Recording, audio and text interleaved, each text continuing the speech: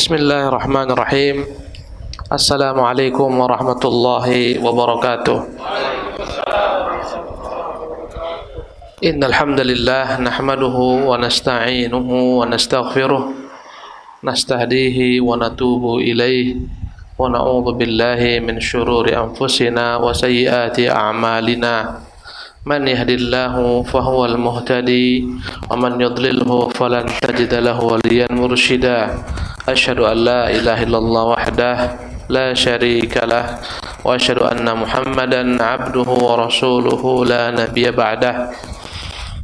Amma ba'du, para hadirin dan hadirat dimuliakan oleh Allah Subhanahu wa taala, para pengurus masjid ini dan para ulama serta para umara yang hadir di majlis ini. Pertama-tama saya ucapkan kepada seluruh yang saya sebutkan tadi terima kasih atas kehadirannya di masjid yang mulia ini dalam rangka tafaqquh fiddin, kembali mengulang-ulang kaji, dan semoga Allah berikan kepada kita seluruhnya keberkahan, taufik, hidayah dan inayah, dan semoga apa yang kita lakukan ini benar-benar mengharapkan wajah Allah Subhanahu wa taala dan menjadi pemberat timbangan kebajikan kita kelak di hari akhirat. Amin ya rabbal alamin. Jemaah yang dimuliakan Allah Subhanahu wa taala, hari ini topik yang kita akan bahas berkaitan tentang rukun iman yang kelima. Kita telah mengulang-ulang sejak kecil rukun iman ada 6. Beriman kepada Allah, beriman kepada malaikat-malaikatnya, beriman kepada kitab-kitabnya, beriman kepada rasul-rasulnya. Yang kelima adalah beriman dengan hari akhirat dan beriman dengan ketentuan Allah, takdir yang baik ataupun yang buruk dalam penglihatan hamba. Dan topik yang kita angkat hari ini adalah topik beriman kepada hari akhirat. Jemaah yang dimuliakan oleh Allah Subhanahu wa taala, akhirat itu ditandai dengan kematian. Hari ini kita masih ada di atas dunia ini, dan wallahu alam bisawab, kita tak tahu kapan datang kematian. Yang jelas pasti akan datang, cepat atau lambat. Tidak hari ini, mungkin besok. Tidak besok dan mungkin juga lusa, mungkin bulan depan, mungkin tahun depan. Yang jelas kematian itu adalah keniscayaan yang harus datang menjumpai kita dimanapun kita berada. Dan Allah Subhanahu wa ta'ala telah menyebutkan hal ini dalam kitabnya yang mulia. Allah berfirman, Qul innal mauta alladhi tafirruna minhu fa innahu mulaqikum. Katakanlah wahai Muhammad, sesungguhnya kematian yang kalian selalu berlari daripadanya, sesungguhnya ia akan mengejar kalian, menjumpai kalian. Thumma turadduna ila alimil ghaibi wasyahadah. Kemudian kalian pasti akan dikembalikan kepada Allah yang mengetahui segala perkara-perkara yang gaib maupun perkara-perkara yang tampak. Fayunabbi'ukum bima kuntum ta'malun. Kemudian dia akan beritahukan kalian apa-apa yang kalian lakukan dahulu kala dalam kehidupan di dunia ini. Surat Jumu'ah pada ayat ke-8. Jemaah sekalian, setiap orang berlari daripada kematian, tapi pasti kematian yang akan datang menjemputnya. Kata Allah Subhanahu wa taala, walau kuntum fi burujin musyayyadah, aina ma takunu, dimanapun kalian berada, yudrikkumul mautu, kematian mengejar kalian. Walau kuntum fi burujin musyayyadah, sekalipun kalian ada dalam benteng yang kokoh. Subhanallah, malakal maut tak akan ada yang menghalanginya. Sehebat apapun benteng seseorang, sebanyak apapun prajurit pengaman seseorang, tak akan ada yang dapat menahan malakul maut ketika datang untuk menjemput dan mencabut ajalnya. Masyaallah muslimin yang dimuliakan Allah Subhanahu wa taala, sudah merupakan ketetapan Allah bahwasanya kita hidup di dunia ini sebentar. Tak ada orang hidup di dunia ini yang berusia 200 tahun. Jarang kita dengar, mungkin tak ada. Walaupun ada, mungkin jarang sekali. 120 tahun saja sudah jarang. Umur kita antara 60-70 tahun. Subhanallah. Yang telah Allah makmurkan hidupnya sekarang telah berusia 60 tahun. Ketahuilah sesungguhnya dia telah mendekat kepada kematian. Ya, sebagaimana Nabi telah menyebutkan bahwa umur umatnya antara 60 sampai 70. Dan hidup di dunia ini begitu sebentarnya jemaah sekalian. Tapi disinilah yang menentukan kelak nikmat atau azabnya kita di negeri alam barzakh. Ya, di negeri alam barzakh dan negeri akhirat. Subhanallah. Maka orang beruntung adalah orang yang berbekal menyambut kematian sebelum datang kepadanya. Coba ingat orang tua kita yang telah meninggal, nenek moyang kita. Subhanallah. Bandingkan hidup mereka di alam dunia dengan hidup mereka di alam barzakh. Lihatlah Nabi kita, berapa tahun umur Nabi? 63 tahun. Di atas muka bumi ini Nabi hidup 63 tahun umurnya. Berapa tahun sudah umur Nabi di alam barzakh? Sejak beliau hijrah sekarang 1439 Hijriah. Tambahkan lagi dengan masa Rasulullah ketika di kota Makkah. Subhanallah, tambah 14 tahun. Itulah usia Nabi SAW di alam barzakh. Allahu Akbar. Jadi begitu sedikitnya usia kita di bumi ini. Tapi usia yang sedikit inilah menentukan kelak nasib kita bahagia atau celaka di negeri akhirat sana. Dan beriman kepada hari akhirat jemaah sekalian ditandai dengan beriman bahwasanya kelak sebelum seseorang meninggal akan datang kepadanya di dunia ini malakul maut. Kita bacakan satu hadis dari Bara bin Azib radhiyallahu tabaraka anhu. Berkata Bara bin Azib, kunna fi jinazatin, kami berada bersama jenazah. Jenazah adalah kerenda yang ada padanya orang, jenazah. Adapun orangnya namanya janazah. Fi Baqi'il Gharqad, kami berada bersama kerenda yang dalamnya ada jenazah di pekuburan yang namanya Baqi'il Gharqad. Kalau anda tiba di Madinah, di sana ada pemakaman kaum muslimin, namanya adalah Al-Baqi'. Dan itu adalah perkuburan yang telah lama semenjak masa Nabi. Dan di sana terkubur puluhan sahabat, puluhan ribu sahabat Nabi yang mulia sallallahu alaihi wasallam. Fa'atana an-nabiy sallallahu alaihi wasallam, berkata Bara, maka datanglah Nabi yang mulia sallallahu alaihi wasallam menemui kami. Faqa'ada wa qa'adna haulah, Nabi pun duduk, kami pun duduk sekitar Nabi sallallahu alaihi wasallam. Ka'anna ala ru'usina at-tayr wa huwa yulhadulah, seolah-olah ada burung di atas kepala kami, menunjukkan senyap, menunjukkan tenang, menunjukkan khusyuk. Subhanallah. Dan begitulah orang beriman ketika dia melihat kematian seolah-olah dia yang mati. Ya. Dan para sahabat begitu terenyuhnya melihat kuburan. Ya. Berkata Bara wa huwa yulhadu lahu faqala, ketika itu sedang digalikan untuknya lahan, berkatalah Nabi yang mulia sallallahu alaihi wasallam, a'udzu billahi min adzabil qabri, ya Allah, aku berlindung kepadamu dari azab kubur. Dan ini menunjukkan kepada kita dalam kubur kita tak melihat, karena dunia ini begitu sempit bagi kita, rasio kita begitu pendeknya. Ada alam gaib. Sesungguhnya kuburan-kuburan yang kita lewati hanya dua saja, tak ada yang ketiganya. Jika dia bukan merupakan lubang daripada lubang-lubang neraka, na'udzubillah min dzalik, maka dia akan menjadi taman daripada taman-taman surga. Kita tak melihat, tapi itu adalah kenyataan yang pasti akan kita hadapi.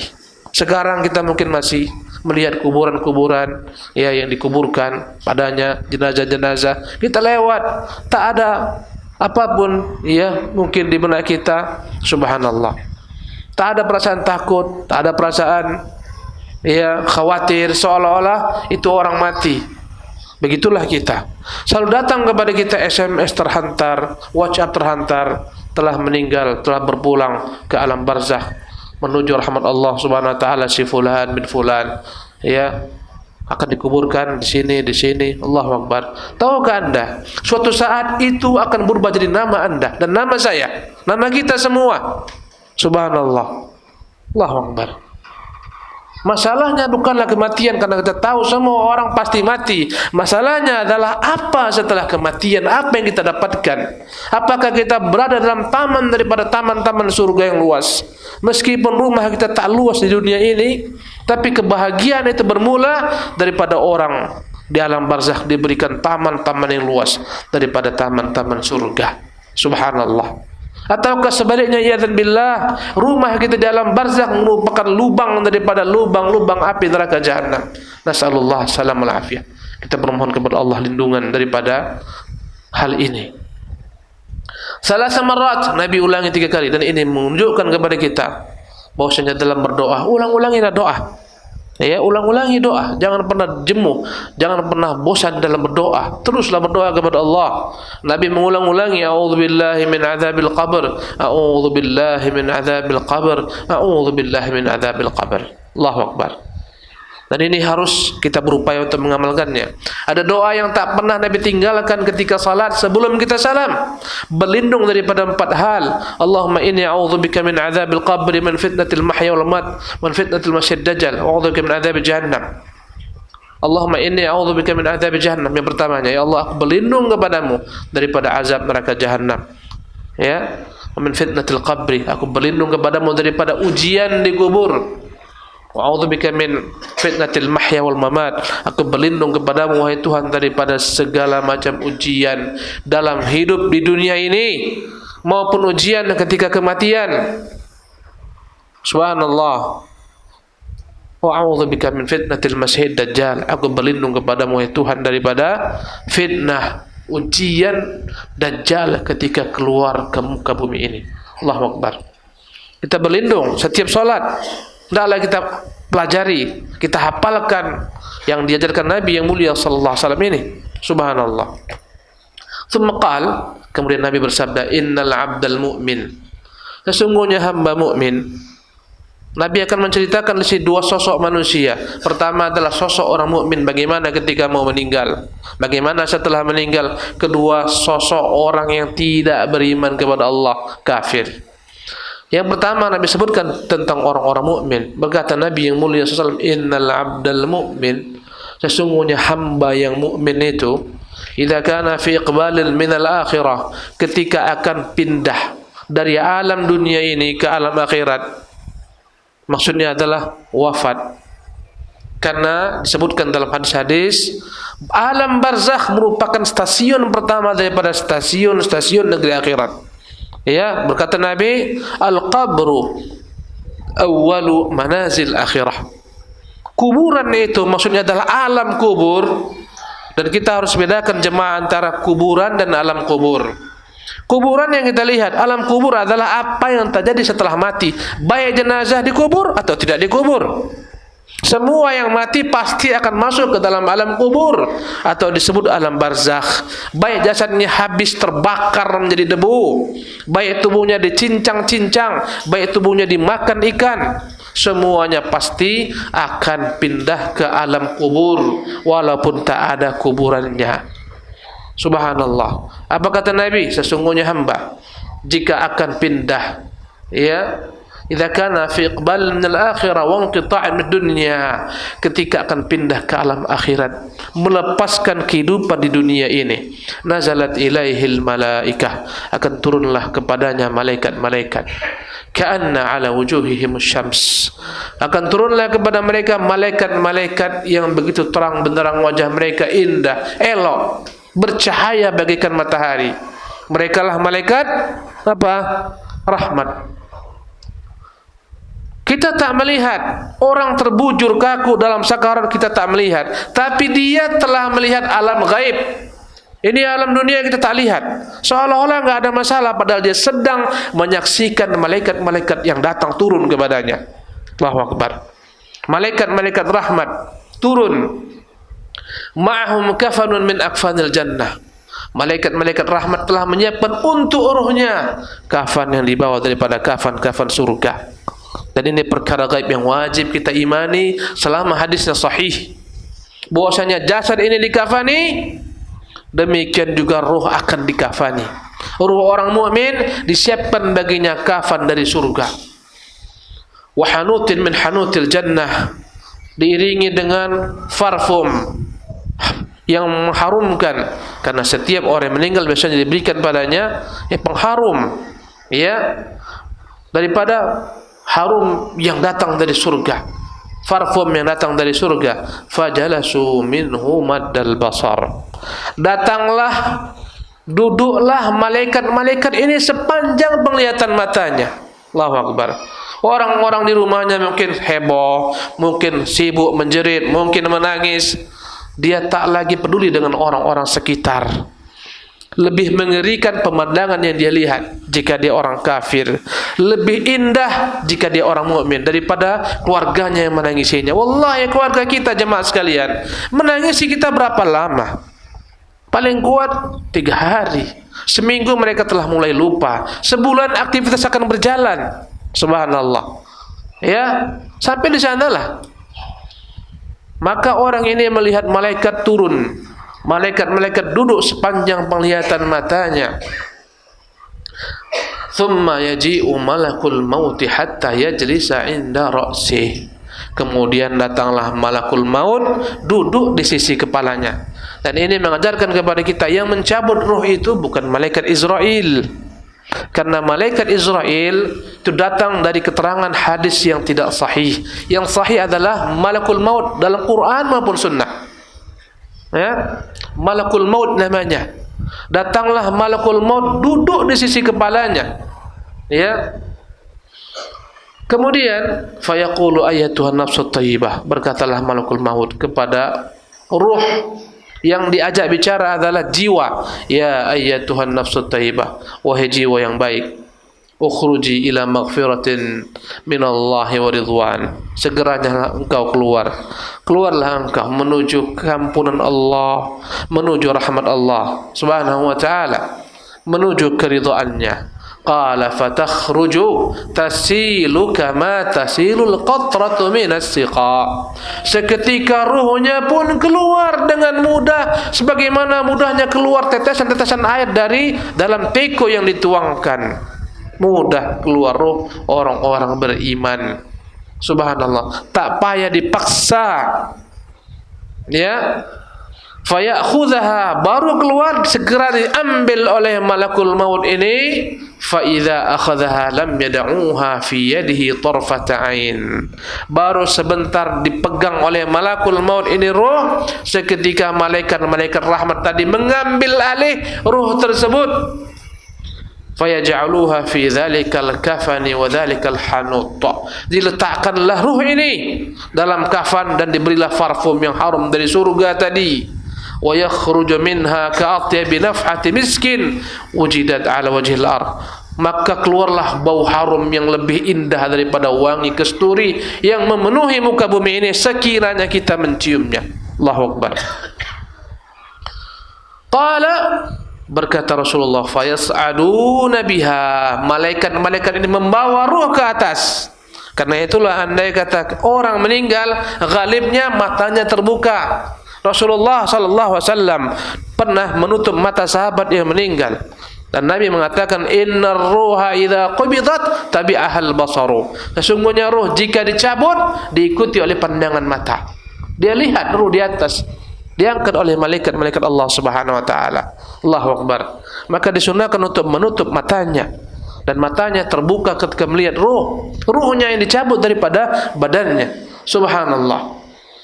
Kemudian berkata Rasulullah SAW, fala yamuruna biha, yani ala mala'in minal malaikah, illa qalu ma hadhihi ar-ruh at-tayyibah, fayaquluna fulanun bin fulan bi ahsani asma'ihi allati kanu yasammunahu biha fid dunya. Tiap kala melewati alamnya malaikat, karena di langit sana adalah alamnya malaikat.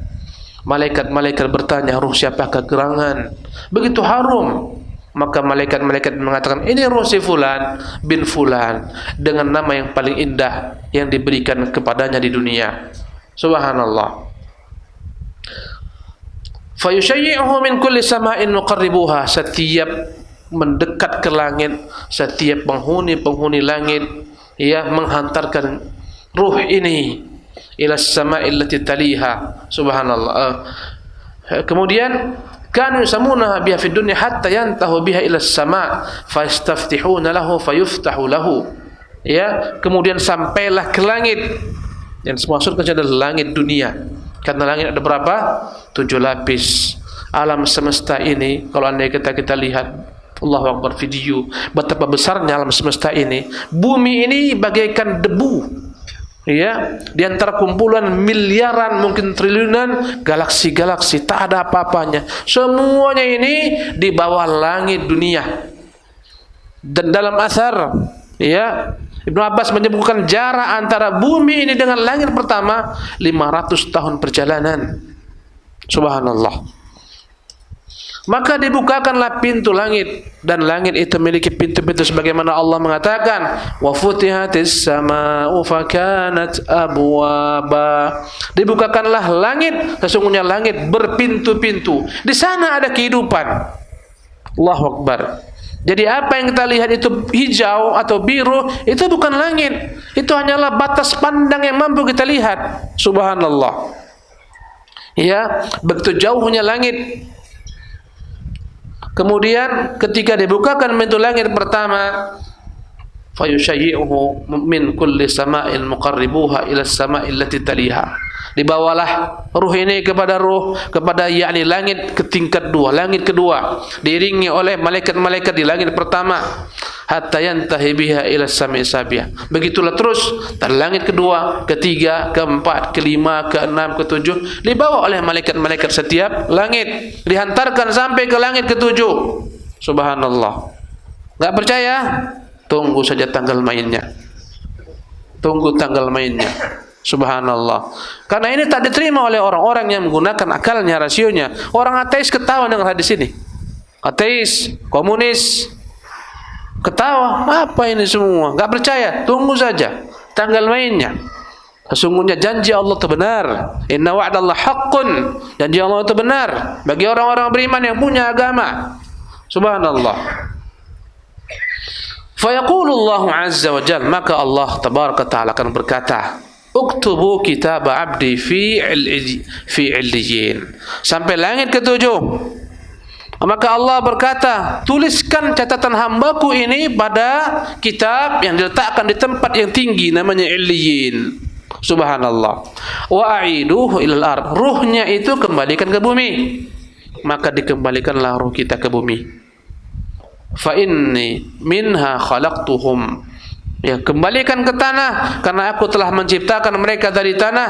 Wa fiha u'iduhum, maka kepadanya lah pula aku akan kembalikan dia. Wa minha ukhrijuhum taratan ukhra, dan dari tanah akan kubangkitkan kembali mereka. Kita dari tanah kembali ke tanah dan dibangkitkan dari tanah. Karena itulah disunnahkan seseorang ketika setelah dikuburkan, kita mengambil tanah, melemparkan tanah, kita katakan minha, ya, darinya lah, minha khalaqnakum, kami ciptakan kalian.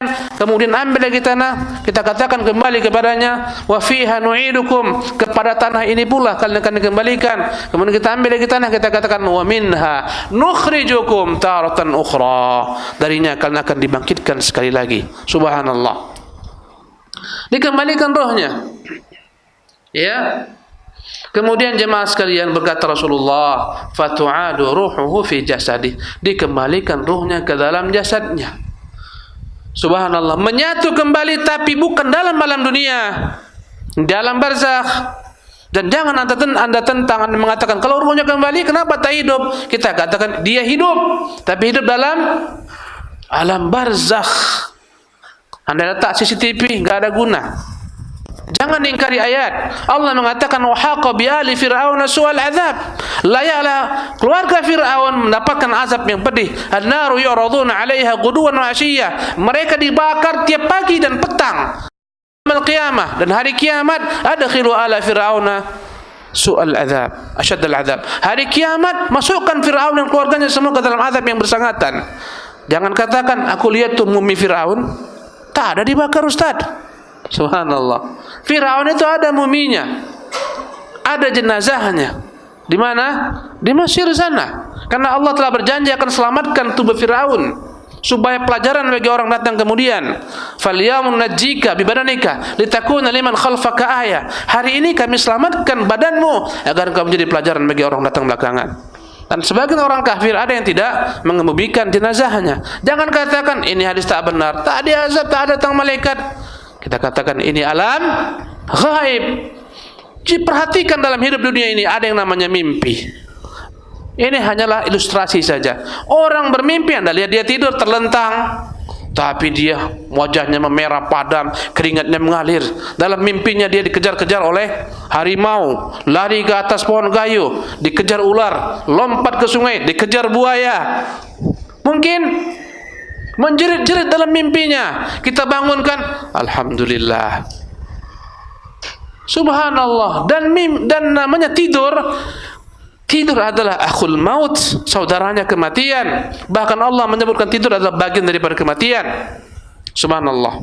Ya, karena itulah tatkala kita bangun tidur kita mengucapkan apa? Alhamdulillahilladzi ahyana ba'dama amatana wa ilaihi an-nusyur. Segala puji bagi Allah yang telah menghidupkan kita setelah kita meninggal, setelah kita mati. Ini mati kecil. Al-mautu as-sughra. Ini mati kecil, tidur. Subhanallah. Ya, Allah berfirman, Allahul ladzi yatawaffal anfusa hina mautiha. Allah lah yang telah mewafatkan jiwa ketika datang padanya kematian. Wallati lam tamut fi manamiha. Dia pula yang telah mewafatkan jiwa yang belum mati dalam tidurnya. Fayumsikul lati qadha 'alaiha al-mauta. Allah tahan ruh orang-orang yang tetapkan baginya kematian. Wa yursilul ukhra ila ajalin musamma. Allah kirim kembali ruh kita ketika tidur untuk hidup sampai ajal yang telah ditentukan. Tiap hari. Tadi malam kita semua mati, ya tidak? Sekarang kita semua hidup. Itu mati kecil, saudaraku, akan datang mati besar. Tak hidup kita lagi. Tak ada lagi nama kita. Wallahi hilang semua nama. Nanti imam pun mengatakan, bawa kemari jenazahnya. Tak ada nama kita. Bawa kemari jenazahnya. Letakkan kemari jenazah. Dekatkan kemari. Berubah nama antum, hilang. Apa jadinya? Jenazah. Cepat bawa kemari jenazahnya. Kuburkan jenazahnya. Tanamkan jenazahnya. Ayo bacakan wasiat jenazahnya. Hilang nama antum yang hebat. Profesor, doktor. Allah, itulah hakikat kehidupan yang sebenarnya. Allahu Akbar. Yang belum tentu orang selamat meskipun bergelar. Yang boleh jadi dia selamat meskipun tak bergelar. Karena standar dalam negeri akhirat bukan dunia, tapi takwa. Subhanallah. Allah tak butuh gelar dan pangkat kita. Inna Allah la yanzuru ila ajsamikum wa la ila suwarikum, walakin yanzuru ila qulubikum wa amalikum. Tak butuh Allah lihat wajah-wajah kita, tubuh dan rupa kita, tapi amalan kita dan hati kita. Subhanallah. Jemaah sekalian, dikembalikan dalam jasadnya. Fa ya'tihi malakan. Datanglah dua malaikat. Yang disebut dalam beberapa riwayat al-munkar wan nakir. Disebutkan sifat mereka aswadani azraqan. Malaikat yang kedua-duanya hitam dan biru. Bagaimana hakikat hitam dan birunya? Tunggulah masanya. Ada yang mau cepat mau lihat dua malaikat ini? Subhanallah. Tunggu masanya. Tak bisa dipercepat, tak bisa diperlambat. Akan datang dan kita melihat. Sekarang kita masih memiliki ilmu yakin, karena ilmu bertingkat-tingkat. Orang ateis tak percaya. Orang-orang yang mendudukkan agama dengan rasio, tak masuk rasionya, tak percaya. Orang beriman percaya. Disebut dengan nama ilmu yakin. Akan datang masanya menjadi ainul yakin, kita melihat. Terakhir kita akan merasakan dengan sebenar-benarnya. Disebut dengan nama haqqul yakin. Inilah proses ilmu. Sekarang masih ilmu yakin. Besok, lusa, tahun depan, 2 tahun berikutnya, wallahu alam, akan pindahlah menjadi ainul yakin. Kemudian kita merasakan nikmat, atau iyadzan billah merasakan azab, barulah ilmunya menjadi apa? Haqqul yakin. Kita dengar-dengar Mekah, nampak kita, ya kita dengar-dengar Mekah, yakin kita ada Mekah. Namanya ilmu yakin. Nampak kita di TV ada Mekah, ada orang tawaf. Namanya ainul yakin. Sampai kita di Ka'bah, kita lihat Ka'bah, namanya haqqul yakin. Sekarang masih ilmu yakin. Alhamdulillah Allah berikan kepada kita ilmu yakin. Kata Allah, "Tsumma la tarawunnaha ainal yaqin. Subhanallah. Berkata Rasulullah sallallahu alaihi wasallam, fayujlisanihim, dua malaikat ini mendudukkan tubuh tersebut dengan ruhnya dalam alam barzakh, bukan dalam kubur, karena di kuburnya tak bergerak, tak berubah, tapi dalam alam kubur. Fayaqulani lahu, berkatalah kepadanya malaikat dua ini. Pertanyaannya begitu mudah. Pertanyaan hanya dijawab anak-anak TK pun mampu mereka jawab sekarang. Subhanallah. Semua pertanyaan yang berat-berat ketika S1 disertasi kita, subhanallah, semuanya yang berat-berat tak ditanyakan. Perkara yang paling gampang ditanyakan. Subhanallah. Apa yang ditanyakan? Man rabbuka? Siapa Tuhanmu? Coba panggil anak kecil, tanyakan kepadanya, nak, siapa Tuhan kita? Allah. Gampang. Fayaqulu Rabbi Allah. Orang mukmin ini pun menjawab dengan mudah, Tuhanku Allah, karena dia menyembah Allah. Diperintahkan salat, dia datang salat, dia menyembah Allah, dia sujud, dia ruku. Diperintahkan puasa, dia patuh kepada Allah, dia puasa. Diperintahkan untuk mengeluarkan zakat, dia keluarkan zakat. Diperintahkan haji, dia pergi haji. Dia pelajari Allah, nama-namanya, sifat-sifatnya, bagaimana mendekatkan dirinya kepada Allah. Dia selalu berzikir kepada Allah, gampang dia mengingatnya. Siapa Tuhanmu? Allah. Fayaqulani lahu ma dinuka. Kembali keduanya bertanya, apa agamamu? Fayaqulu diniyal Islam. Maka dia menjawab, agamaku Islam. Ya, karena dia memang benar-benar menjalankan Islam, bukan hanya Islam yang ada tertera pada KTP-nya. Islam hanya nama, Islam hanya hari raya, salat entah di mana dia, puasa entah di mana dia, zakat entah di mana dia, haji entah di mana dia. Subhanallah. Ini Islam yang benar-benar menjalankan agama, karena Islam adalah ketundukan. Islam maknanya ketundukan seorang hamba kepada Allah Subhanahu wa taala. Kemudian fayaqulani lahu ma hadzal rajulul ladzi bu'itsa fikum. Siapa laki-laki ini yang diutus kepada kalian? Siapa yang telah dikirim kepada kalian sebagai seorang rasul? Subhanallah. Fayaqulu huwa Rasulullah. Maka dia menjawab, yang dikirim kepada kami dialah Muhammad Rasulullah sallallahu alaihi wasallam. Ini akan mudah dijawab oleh seseorang yang memang benar-benar hidup ketika di dunia ini berupaya mengikuti jejak Rasul, mengikuti sunnah Rasul. Subhanallah. Yang berupaya hidup dengan sunnah Rasul sallallahu alaihi wasallam, menselaraskan akidahnya dengan akidah Rasul, muamalahnya dengan muamalah Rasul. Lihat, kita banyak terjebak dalam muamalah yang tidak syar'i, riba contohnya. Ini tidak syar'i, yang melaraskan adabnya dengan adab Rasul. Rasulullah masuk ke pasar, dia lihat ada tumpukan bahan makanan kurma, kemudian Nabi masukkan tangannya ke dalam, ternyata di bawahnya kurma ini basah. Kata Nabi, "Ma hadza?" Apa ini? Ya Rasulullah, ini kurma basah. Kenapa kau letakkan di bawah? Orang tak melihat. Ya Rasulullah, supaya tertutup. Kata Nabi, "Man ghasyana falaysa minna." Yang menipu kami bukan daripada golongan kami. Allahu Akbar. Subhanallah. Yang dalam akidah ikuti Rasulullah, ibadah ikuti Rasulullah, muamalah ikuti Rasulullah, akhlak ikuti Rasulullah. Karena selalu mencari tahu bagaimanakah Rasul, bagaimana sifat-sifat Rasul, bagaimana akhlak Rasul, bagaimana akidah Rasul, bagaimana asal Rasul. Orang seperti ini paling gampang mengatakan, wah Rasulullah. Yang tak peduli apa namanya sunnah, tak peduli bagaimana Rasulullah hidup, bagaimana Rasulullah berjuang dalam dakwah, bagaimana mempertahankan Islam, bagaimana Rasulullah menyembah Allah, bagaimana Rasulullah bermuamalah, tak peduli. Bagaimana mungkin menjawab pertanyaan ini? Subhanallah. Kemudian, ikhwatil kiram rahimakumullah, berkata Rasulullah, fayaqulani ma ilmuka. Kembali malaikat bertanya, ma ilmuka, apa ilmumu ketika kau di dunia dahulu, apa yang kau pelajari?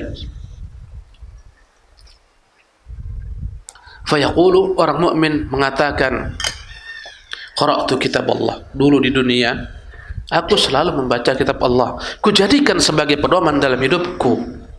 Wallahi ikhwatul kiram, andai kata setiap orang mukmin menjadikan Quran sebagai pedoman hidupnya, Allah akan angkat kaum muslimin dari kehinaannya, sebagaimana Allah telah berikan kejayaan kepada pendahulu kita. Subhanallah. Lihat bagaimana Islam berjaya tatkala mereka jadikan Quran sebagai pedoman. Allahu Akbar. Sampai ke Eropa sana. Subhanallah. Andalusia, seluruh negeri-negeri, hampir sepenuhnya bumi tunduk kepada Islam dan kaum muslimin. Allahu Akbar. Tatkala mereka jadikan Quran sebagai pedoman. Dia mengatakan qara'atul Quran, qara'atu kitab Allah fa amantu bih wa saddaqtuhu. Aku dahulu ketika di dunia senantiasa baca Quran. Ini imbauan, peringatan wahai kaum muslimin, tiap hari harus ada bagian dalam hidup Anda membaca Quran. Wallahi berapa jam kita habiskan di WhatsApp? Berapa jam kita habiskan di Facebook, di Twitter? Berapa jam kita habiskan di dunia maya? Wallahi baru bangun tidur langsung lihat apa? Jujur, apa yang dibuka? WhatsApp. Oh, grup ini, oh grup anu. Ditanyakan oleh seseorang kepada ayahnya, dan ayahnya seorang ulama. Bagaimana ayahku keadaan ulama-ulama terdahulu, orang-orang terdahulu, generasi terdahulu terhadap Quran? Dia jawab dengan mudah, keadaan mereka sama dengan keadaan kalian dengan Android. Begitulah dia. Bentar-bentar Android, bentar-bentar Android. Saya pelajari di YouTube, gara-gara handphone orang binasa, tabrakan, masuk ke lubang, jatuh dari tangga. Subhanallah. Anak masuk ke dalam ember, tenggelam. Allahu Akbar. Gara-gara Android tak masak ibu-ibu. Subhanallah. Dimarahi suami gara-gara Android, bercerai. Subhanallah. Ini ujian. Berkata Rasulullah sallallahu alaihi wasallam, aku membaca kitab Allah, aku imani dia, aku benarkan dia. Fayunadi munadin minas sama. Setelah itu diserulah dari langit, an sadaqa abdi. Hambaku itu telah benar.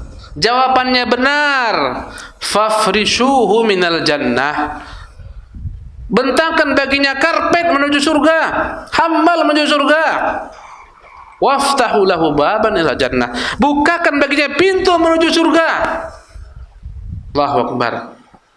Qala fayatihi min rauhiha wa tibiha. Maka datanglah dari dalam surga segala macam harum-harum baunya. Subhanallah, dingin sejuknya udara surga, sehingga tercium bagian terasa olehnya. Wa yufsahu lahu fi qabrihi madda basarih. Dibentangkanlah dalam alam kuburnya menjadi luas sepanjang penglihatan matanya taman-taman surga. Allahu Akbar. Dia lihatlah istana-istananya di surga. Allahu Akbar. Dia lihatlah istri-istrinya di surga, bidadari-bidadari di surga. Dia lihatlah kekayaan di surga. Subhanallah. Jemaah sekalian, di sana, di surga sana ada istri-istri kita, baik dari istri ahli surga, bidadari surga, ataupun istri-istri dunia. Subhanallah. Yang dia sabar dengan istri dunia yang cerewet, yang bawel, berkata bidadari dari surga, "Hei fulana, semoga engkau dibinasakan Allah. Sebenarnya suamimu itu dipinjamkan untukmu, sebentar lagi akan kembali kepada kami." Itu kata siapa? Bidadari surga. Maka ibu-ibu jangan bawel pada suami-suami Anda. Subhanallah. Tapi andai kata ibu-ibu kita, istri kita taat, patuh kepada suami, jadi ahli surga, wallahi mereka lebih indah daripada bidadari surga. Subhanallah, mereka lebih utama daripada bidadari surga. Mereka mengandung, dari surga tak pernah mengandung. Mereka hamil, mereka menyusui, mereka haid, mereka nifas, mereka berjuang untuk suami mereka, tak akan sama dengan dari surga. Allah akan buat lebih indah daripada bidadari surga. Subhanallah. Semangat ibu-ibu. Kembali kepada hadis ini. Subhanallah. Qala wa ya'tihi rajulun hasanul wajhi. Setelah itu datanglah seseorang yang begitu elok rupanya. Kalau kita lihat alam kubur, wallahi begitu gelap. Tapi dengan amal saleh, berkata Rasulullah, dalam kesendiriannya, datanglah seseorang yang wajahnya begitu elok, parasnya, tampan rupawan. Subhanallah. Kemudian hasanus thiyab, pakaiannya indah, thayyibur rih, harum semerbak. yang menemaninya. Fayaqulu, dengan senyum dan sapanya dia berkata kepada kita dalam kubur, abshir billadhi yasurruk, selamat bergembira dengan apa-apa yang kau dengarkan tadi, yang kau dapatkan tadi, itu semua akan menjadi milikmu. Alladhi yaji'u bil abshir billadhi yasurruka hadha yaumuka alladhi kunta tu'adu. Gembiralah, hari inilah hari yang dijanjikan untuk kalian. Subhanallah. Maka wallahi, kesenangan hakiki bermula bukan ketika hidup, ketika kita mati. Penderitaan hakiki bermula bukan ketika hidup, ketika kita mati. Subhanallah. Hidup ini seperti inilah, senang, susah, ya, kaya, miskin, sakit, sehat. Ini bukan kehidupan yang sebenar-benarnya, jemaah sekalian. Bukan ini kehidupan. Subhanallah, ini hanyalah mimpi. Kehidupan yang hakiki adalah ketika kita diletakkan dalam alam kubur, baru itu namanya kehidupan. Subhanallah. Ketika itulah kita melihat kehidupan yang sebenar-benarnya, bukan sekarang. Tapi sungguh sekarang adalah waktu untuk bercocok tanam. Man zara'a hasad, barang siapa yang menyemai benih kebaikan, dia akan memperolehnya kelak ketika dia meninggal. Subhanallah. Kemudian fayaqulu lahu man ant, berkatalah ketika itu jenazah tadi yang telah dalam kuburnya, ya, siapakah engkau gerangan? Fayaqulu, ya, fawajhuka alwajhu alladhi yaji'u bil khair, fayaqulu ana amanuka salih. Siapakah engkau? Sungguh wajahmu wajah yang begitu elok, kau datang dengan kebaikan, tegur sapa, engkau harum. Siapa engkau gerangan? Dia berkata, ana amaluka salih, aku inilah amal salehmu. Ikhwatil kiram, Allah mampu merubah semua amal saleh kita menjadi sosok yang konkret. Subhanallah. Jadi seseorang yang tampan rupawan wajahnya, Allah mampu, maha kuasa. Subhanallah. Dan jangan diingkari. Subhanallah. Tangan kita ini bisa berbicara kelak di hari kiamat. Tatkala Allah menuntut kita mengatakan kejujuran, lidah kita berdusta, Allah kunci mati semua lidah kita. Falyawma nakhtimu ala afwahihim, hari ini kami tutup mulut-mulut mereka. Wa tukallimuna aydihim, berbicara kepada kami tangan-tangan mereka. Wa arjuluhum, Masya Allah, kaki berbicara, tangan berbicara. Subhanallah. Ini menunjukkan peristiwa hari akhirat tak tergambar dengan akal, tak sampai kita ke sana. Bagaimana tangan bicara tak sampai akal kita, tapi wajib kita imani. Subhanallah. Sebagaimana wajib kita imani, Allah SWT merubah amal saleh menjadi sosok yang hidup. Itulah yang menemani kita di hari akhirat. Subhanallah. Fayaqulu, maka berkatalah orang tersebut, ya Rabbi, ya Rabbu aqimis sa'ah hatta arja ila ahli wa mali. Ya Allah, segerakan kiamat. Ya Allah, cepatkan kiamat agar aku segera kembali kepada hartaku, keluargaku. Allahu Akbar. Yang kau janjikan kepadaku.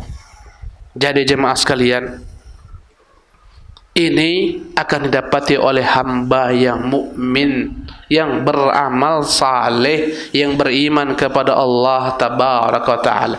Qala, berkata Rasulullah, ini orang yang kedua, wa innal abdal kafir, sungguh orang kafir tak beriman kepada Allah, nabinya, tak beriman kepada hari berbangkit, tak beriman. Idza kana fi inqita'in min dunya, ketika dia akan lepas dari kehidupan dunia ini, wa iqbalin minal akhirah, ketika dia akan menuju negeri akhiratnya, nazala ilaihi minas sama'i malaikatun sudul wujuh, turunlah malaikat-malaikat dari langit yang wajah mereka menghitam legam mengerikan. Malaikat apa ini? Malaikat azab. Tadi malaikat rahmat, ini malaikat azab. Ma'humul musuhu, mereka bawa kafan yang busuk dari neraka. Fayajlisuna minhu maddal basar, duduklah malaikat-malaikat azab sepanjang penglihatan matanya. Orang yang hidup tak melihat. Subhanallah. Kata Allah, wa nahnu aqrabu ilaihi minkum walakin la tubsirun. Kami, yakni maksudnya adalah malaikat-malaikat kami lebih dekat kepadanya dari kalian, tapi kalian tak melihat. Inilah orang ketika dalam kondisi sakaratul maut. Allahu Akbar. Subhanallah. Thumma yaji'u malakul maut hatta yajlisa 'inda ra'sih. Datanglah malakul maut, duduk kembali di sisi kepalanya. Fayaqulu ayyatuhan nafsul khabithah. Awalnya saja mengerikan. Wahai ruh yang keji, wahai ruh yang keji, ukhruji ila sakhatin minallahi wa ghadab. Engkau sekarang keluar menuju murka Allah, menuju kemarahan Allah. Subhanallah. Qala, berkata Rasulullah, fatatafarraqu fi jasadih. Maka ruhnya bertahan, tak mau keluar dari jasad. Takut. Kenapa? Dia keluar menuju kemurkaan Allah, azab Allah Subhanahu wa taala. Fayantazi'uha, seketika dicabut paksa oleh malakul maut. Allahu Akbar. Kama yuntaza'us sufudu minas sufil mablul. Sebagaimana besi-besi ya yang dicabut setelah dia melepaskan kulit dari dagingnya. Subhanallah. Fayajlisuna, kemudian berkata Rasulullah sallallahu alaihi wasallam, fayakhudhuha, maka seketika dicabutlah ruh dengan paksa. Fa idza akhadhaha, baru sebentar dicabut dengan paksa, lam yad'uha fi yadihi tarfata ain. Seketika malaikat-malaikat azab rebut ruh orang ini. Subhanallah. Hatta yaj'aluha fi tilkal musuh. Diletakkanlah ruh itu orang ke dalam kapan yang begitu busuk bau dari neraka. Wa yakhruju minha ka'antani rihi khabithatin wujidat ala wajhil ard. Keluarlah dari ruhnya bau yang begitu busuk memenuhi muka bumi ini. Wallah, kalau andai kata Allah bukakan alam gaib untuk kita, tak bisa kita makan. Kenapa? Bau busuk daripada ruh orang-orang kafir, iyadzan billah. Subhanallah.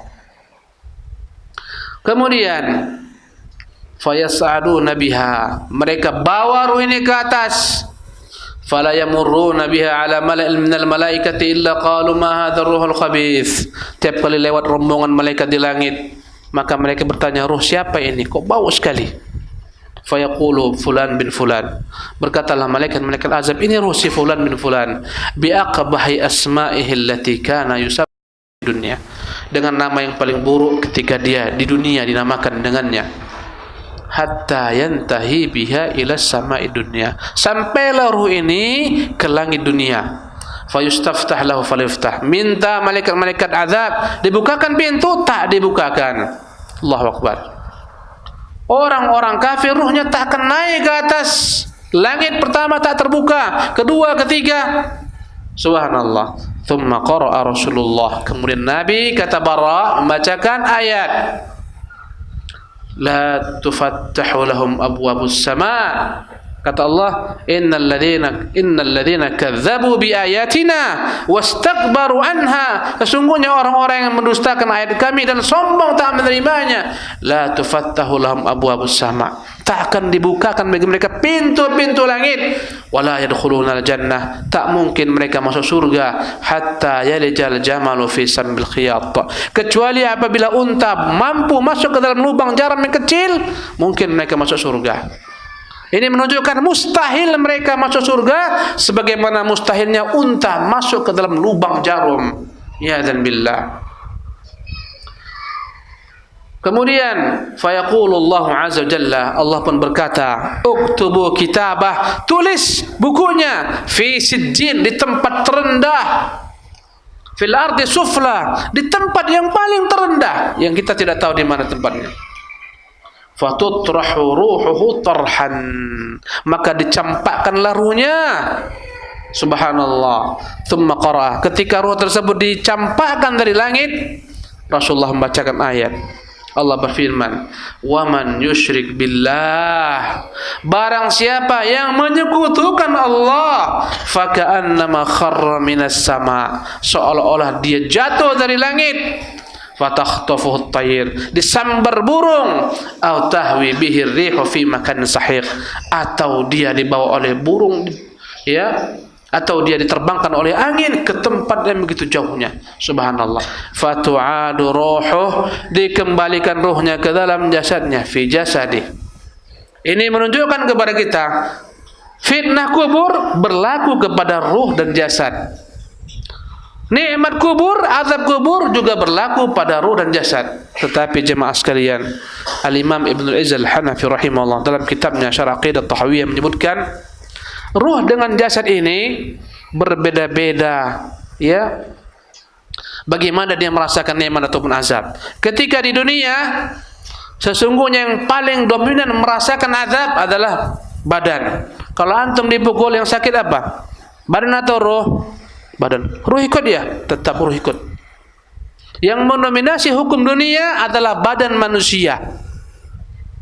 Tapi ruh ikut merasakan ketika di alam kubur.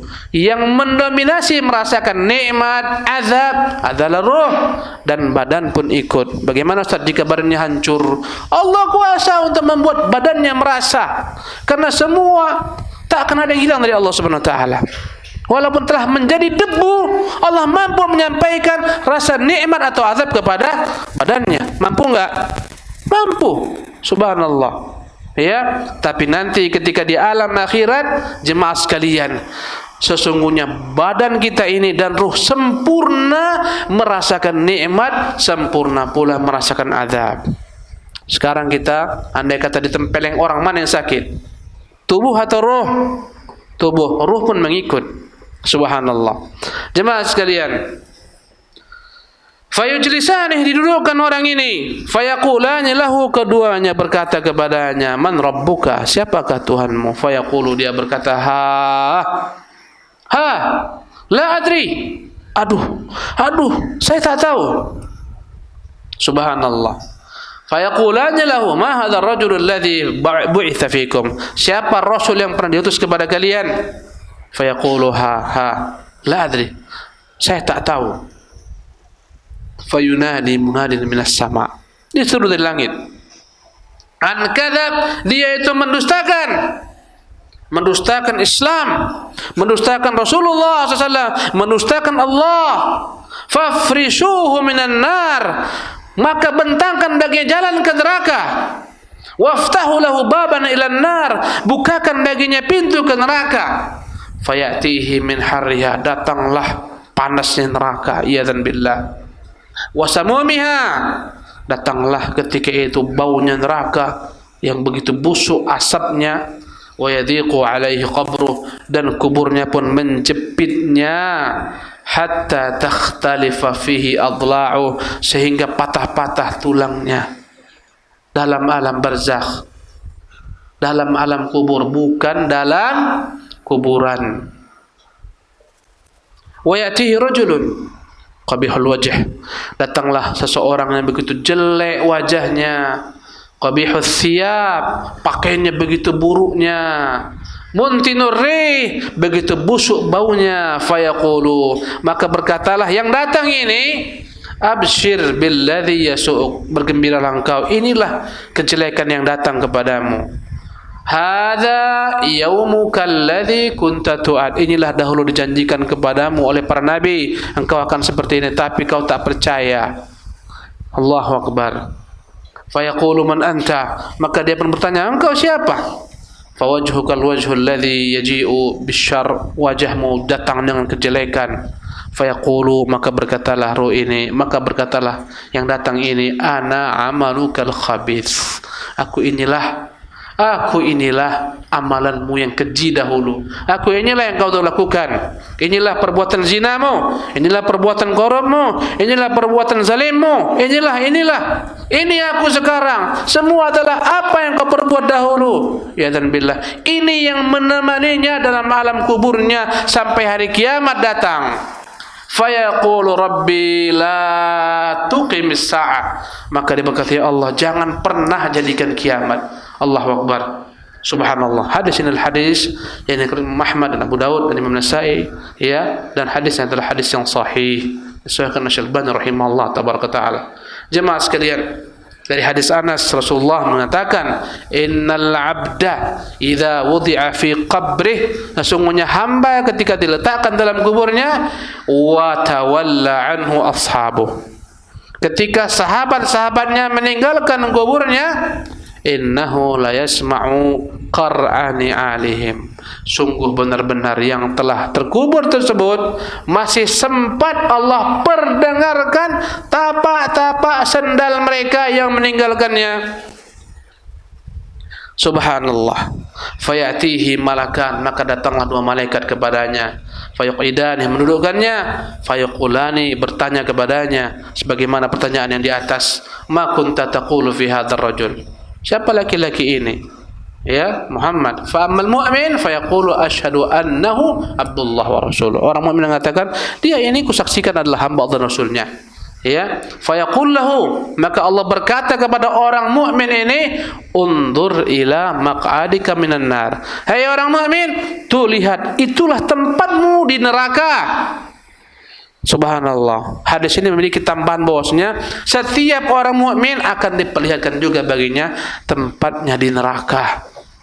Berkata Rasulullah, abdalakallahu bihi maq'adan minal jannah. Tapi tempatmu di neraka ini telah Allah gantikan dengan imanmu kepada Allah dengan tempat di surga. Fayarahuma jami'an, maka dia lihat semuanya. Semakin tambah dia bersyukur, ya Allah, inilah tempatku sekiranya aku enggak beriman. Inilah neraka yang Allah tempatkan bagiku. Bagaimana orang kafir? Orang kafir pun demikian. Orang kafir akan ditunjukkan kepadanya, inilah tempatmu di surga. Sebenarnya jika kau beriman, dia lihat keindahan surga, kemudian dikatakan ini Allah gantikan menjadi inilah tempatmu di neraka, maka dia lihat dua-duanya, dia pun histeris, dia pun menyesal, dia pun menangis, dia pun menjerit. Subhanallah. Jemaah ini dimuliakan oleh Allah Subhanahu wa taala. Kemudian dalam kubur orang-orang itu akan disiksa dengan amalan-amalan kejelekan yang dia lakukan. Ada suatu ketika Rasulullah sallallahu alaihi wasallam melewati dua kuburan. Ya. Dalam hadis yang dikeluarkan Bukhari Muslim, hadis Ibnu Abbas, Rasulullah melewati dua kuburan. Maka berkata Rasulullah, innahuma la yu'adzaban. Sungguh dua kubur ini sedang diazab penghuninya.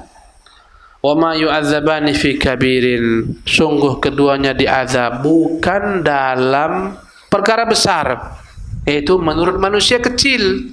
Manusia menyepelekan dosa itu, dianggapnya kecil. Keduanya diazab lantaran amalan yang dianggap manusia remeh, kecil. Kata Nabi, ama ahaduhuma fakana la yastatiru minal baul. Yang pertama karena dia tidak istinja lepas kencingnya. Kebanyakan azab kubur berasal dari tidak istinja ketika buang air kecil. Maka antum lihatlah supir-supir yang tak cebok itu, tunggu ajalah nanti. Buka sedikit pintu mobil, kencing sembarangan, tak malu nampak orang, tunggu ajalah nanti. Ini sebab paling banyak membuat orang dibakar, diazab di kuburnya.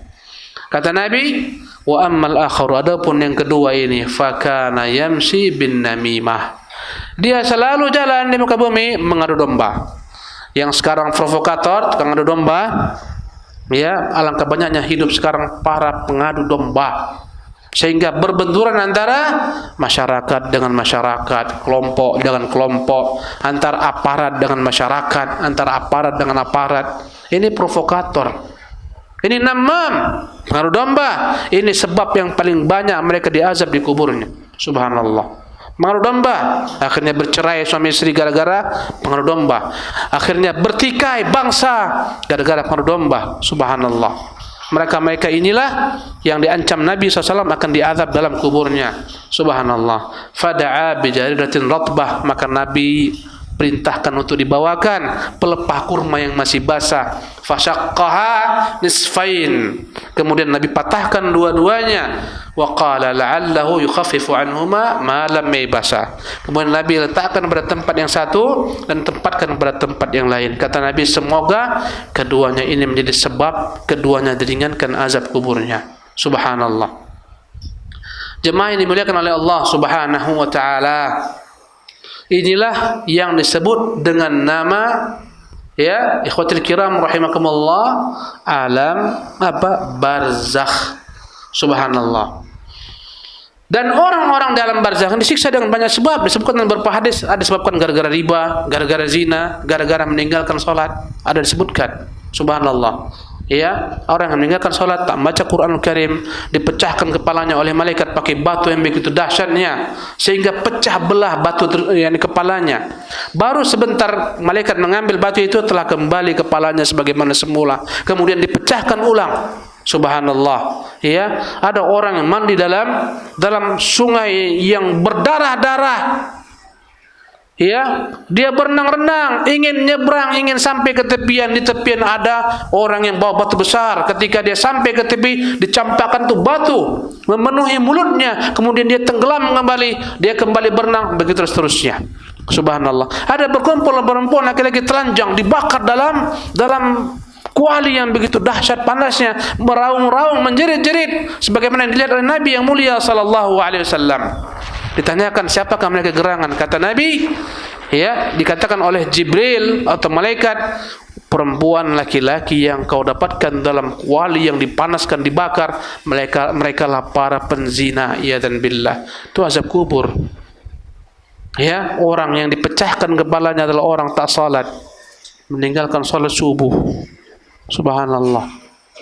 Ya, orang yang kau lihat berenang-renang ke tepian kemudian dicampakkan batu besar, itu adalah orang yang makan harta riba.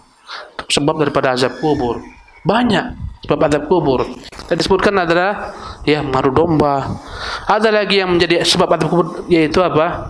Al-ghibah, menggunjing, itu sebab azab kubur. Subhanallah. Jemaah yang dimuliakan oleh Allah Subhanahu wa taala. Dan adapun azab kubur ini, jemaah sekalian, berlaku untuk orang-orang kafir selama-lamanya sampai datang hari kiamat. Tapi untuk orang-orang mukmin yang mencampur adukkan imannya dengan kefasikan, dia tidak diazab selama-lamanya. Hanya diazab sampai dosa-dosanya dianggap habis lebur, setelah itu dia tidak diazab lagi. Subhanallah. Ya. Dan ini keutamaan iman. Meski porak-poranda tubuhnya hancur, tapi tidak selama-lamanya, sampai datang baginya apa?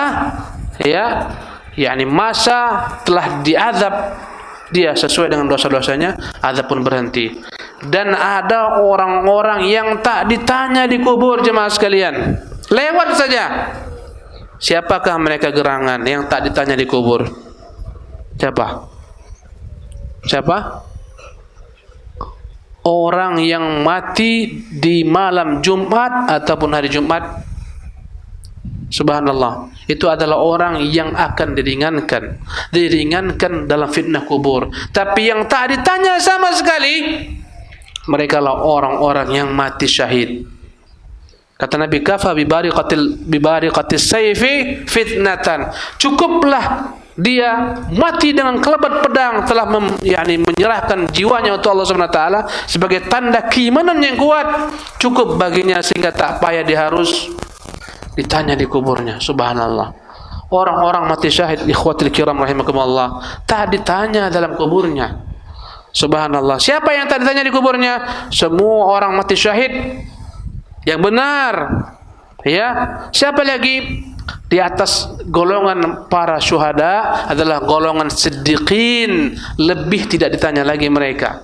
Karena manusia bertingkat-tingkat. Yang tertinggi adalah golongan para nabi dan rasul. Di bawahnya golongan siddiqin, di bawahnya golongan syuhada, di bawahnya golongan salihin. Inilah golongan yang disebutkan dalam Al-Qur'anul Karim. Kata Allah, "Wa man yuti'illaha war rasul, wa man yuti'illaha wa rasulahu, fa ulaika", barang siapa yang taat kepada Rasulnya, maka mereka ma'al ladzina an'ama Allah 'alaihim minan nabiyyin, akan beserta akan mengiringi orang-orang yang Allah berikan kepada mereka nikmat dari golongan para nabi, was-siddiqin, para siddiqin, wasyuhada, golongan para syuhada, dan golongan as-salihin. Berkata para ulama, orang-orang syuhada saja yang mati syahid tak ditanya, apalagi di atasnya. Siapa di atasnya? Siddiqin. Apalagi di atasnya? Siapa di atasnya? Para nabi tak ditanya. Subhanallah. Ini keistimewaan. Subhanallah. Adapun yang dapat meringankan kita daripada fitnah kubur adalah yakni wafat di malam Jumat, wafat di hari Jumat, tiap malam mau tidur membaca surat apa? Surat apa? Al-Mulku. Amalkan. Ini adalah hal-hal yang akan dapat meringankan kita pada fitnah kubur. Sesuai permintaan panitia, kita akan istirahat sejenak. Nanti insyaallah tabaraka taala kita lanjutkan kembali selepas 15 menit. Ya, silahkan yang mau kamar mandi, silahkan yang mau minum, mau makan, yang mau tidur sejenak silahkan. Ya, nanti kita akan ketemu kembali. Kita akan lanjutkan insyaallah tentang pembahasan berikutnya, hari berbangkit. Wallahu tabaraka taala alam wa sallallahu wasallam ala nabiyina Muhammad wa akhir da'wana alhamdulillahirabbil alamin. Bismillah walhamdulillah wassalatu wassalamu ala rasulillah wa ala alihi wa sahbihi wa ba'd. Rabbi shrah li sadri wa yassir li amri wa hlul 'uqdatan min lisani yafqahu qawli. Jemaah sekalian, kita lanjutkan tentang pembahasan hari berbangkit atau disebut dengan al-ba'tsu, yaumal ba'tsi. Tadi telah tersebutkan bahwa kita akan berada dalam barzakh sampai kapan? Sampai datangnya hari berbangkit. Subhanallah. Yang dimaksudkan dengan hari berbangkit adalah hari dibangkitkannya manusia dari dalam alam kuburnya. Setelah mereka dibangkitkan, digiring ke padang mahsyar untuk dihisab oleh Allah Subhanahu wa taala. Allah berfirman dalam Quranul Karim tentang akan adanya hari berbangkit ini dalam surat Taghabun pada ayat ke-7. Allah berkata, ya, za'amal ladzina kafaru an lan yub'atsu. Berkata orang-orang kafir, tak akan mungkin mereka dibangkitkan. Inilah perkataan orang-orang yang mengingkari hari berbangkit, sebagaimana orang-orang ateis, orang-orang komunis yang tak meyakini adanya agama, tak meyakini ada Tuhan, mereka mengingkari hari berbangkit. Kata mereka, in hayatuna illa dunya, namutu wa nahya wa ma yuhlikuna illa ad-dahrun. Sesungguhnya hidup ini hanyalah di dunia saja. Setelah itu mati, selesai. Ada yang mati, ada yang hidup. Begitulah kata mereka, tak ada hari kiamat. Tidak akan ada hari kiamat. Dunia ini abadi selama-lamanya. Beginilah seterusnya. Ada yang mati, ada yang lahir. Wa ma yuhlikuna illa dahru. Tak ada yang mematikan kami kecuali karena memang alam. Alamlah yang memproses manusia. Ada yang hidup, ada yang mati. Tak ada hari kiamat, kata mereka. Maka Allah mengatakan, bala, qul bala, katakan Muhammad, sekali-kali tidak. Wa rabbi, aku bersumpah demi Tuhanku, la tub'atsunna, pasti kalian akan dibangkitkan. Thumma la tunabba'unna bima amiltum, kemudian pasti akan ditanyakan tentang apapun yang kalian lakukan di dunia. Wa dzalika 'ala Allahi yasir, alangkah mudahnya bagi Allah Azza wa Jalla. Subhanallah, yang tak ada Allah adakan, apalagi subhanallah mengembalikan apa yang ada.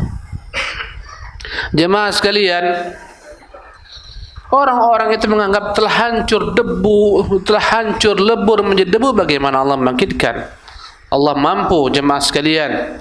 Ya, Allah mengatakan dalam Al-Quran, dalam surat Al-Qasas ayat 85, innal ladzi farada 'alaikal qur'ana laradduka ila ma'ad.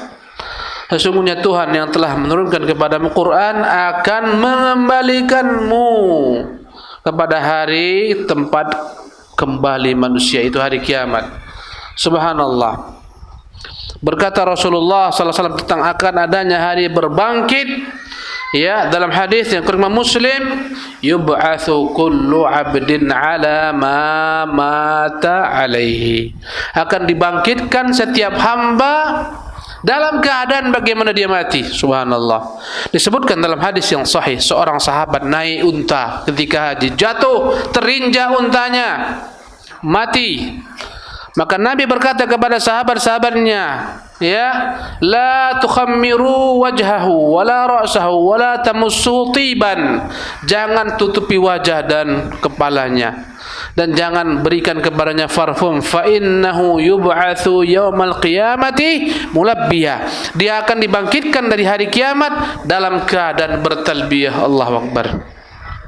Meninggal dalam keadaan haji, dibangkitkan dalam keadaan bertalbiyah. Seseorang akan dibangkitkan dengan amalan apa dia mati, iyazan billah. Subhanallah. Bagi orang-orang yang fasik, mati ketika menegak minuman, mati ketika berzina, sungguh malang nasib mereka. Subhanallah. Jemaah yang dimuliakan oleh Allah Subhanahu wa taala, dalam hadis yang diriwayatkan Imam Bukhari Muslim, bahwasanya akan ditiupkanlah sangkakala, jemaah sekalian. Ya. Ketika ditiupkan sangkakala, maka binasalah semua yang terdapat di muka bumi ini, di alam raya, di jagat ini semua, kecuali ya Allah Subhanahu wa ta'ala tentukan. Ya, disebut dengan nama an-nafkhu wa nufikha fis sur. Ditiupkanlah sangkakala. Fayas fanu wa nufikha fis sur. Ya, Allah Subhanahu wa ta'ala menyebutkan bahwasanya akan ditiupkan sangkakala, maka binasalah semua yang terdapat di langit dan di bumi. Ya. Fasa'iqa man fis samawati wa man fil ardi illa man sya'allah. Maka binasalah semua yang terdapat di bumi dan di langit kecuali Allah kehendaki. Berarti ada yang tak binasa. Subhanallah. Ketika hari kiamat disebutkan oleh para ulama, Ibnul Izz al-Hanafi menyebutkan ketika ditiupkan sangkakala, yang tak hancur diantaranya adalah surga tak hancur, neraka tak hancur, arasy tak hancur, lauh mahfuz tak hancur. Subhanallah. Ya, binasalah seluruh makhluk. Thumma nufikha fihi ukhra. Kemudian ditiupkan sangkakala yang kedua. Fa idzahum qiyamun yanzurun. Maka tiba-tiba mereka bangun, semua mereka melihat satu sama lain. Itulah peristiwa hari berbangkit. Antara jarak tiupan pertama dan tiupan kedua, dalam hadis Abu Hurairah dikeluarkan Bukhari Muslim, ya, berkata Rasulullah, ma baina an-nafkhataini arba'una. Antara tiupan pertama dan tiupan kedua ada rentang waktu 40. Qalu ya Abu Hurairah, mereka bertanya, wahai Abu Hurairah, arba'una yawman, apakah 40 hari jarak antara keduanya? Qala baitu, kata Abu Hurairah, tidak. Thumma yanzilullahu ma'an. Wallahu a'lam, berapa 40 ini? Apakah 40 tahun ataukah 40 hari? Kemudian Allah turunkan hujan. Setelah hancur semua binasa, Allah turunkan hujan. Fayanbutuna minhu kama yanbutul baqal. Maka seketika ketika turun hujan ini, tumbuhlah lagi seluruh jasad-jasad manusia yang berserakan, kembali menyatu. Subhanallah. Laisa minal insani syai'un illa yabla. Semua tubuh manusia hancur illa azaman wahidan, kecuali satu tulang yang tak hancur, wa huwa ajbudz dzanab, itu tulang ekor. Ya. Wa minhu yurakkabul khalqu yaumal qiyamah. Dari situlah akan Allah susun kembali, ya, tubuh manusia telah hancur lebur menjadi satu. Subhanallah.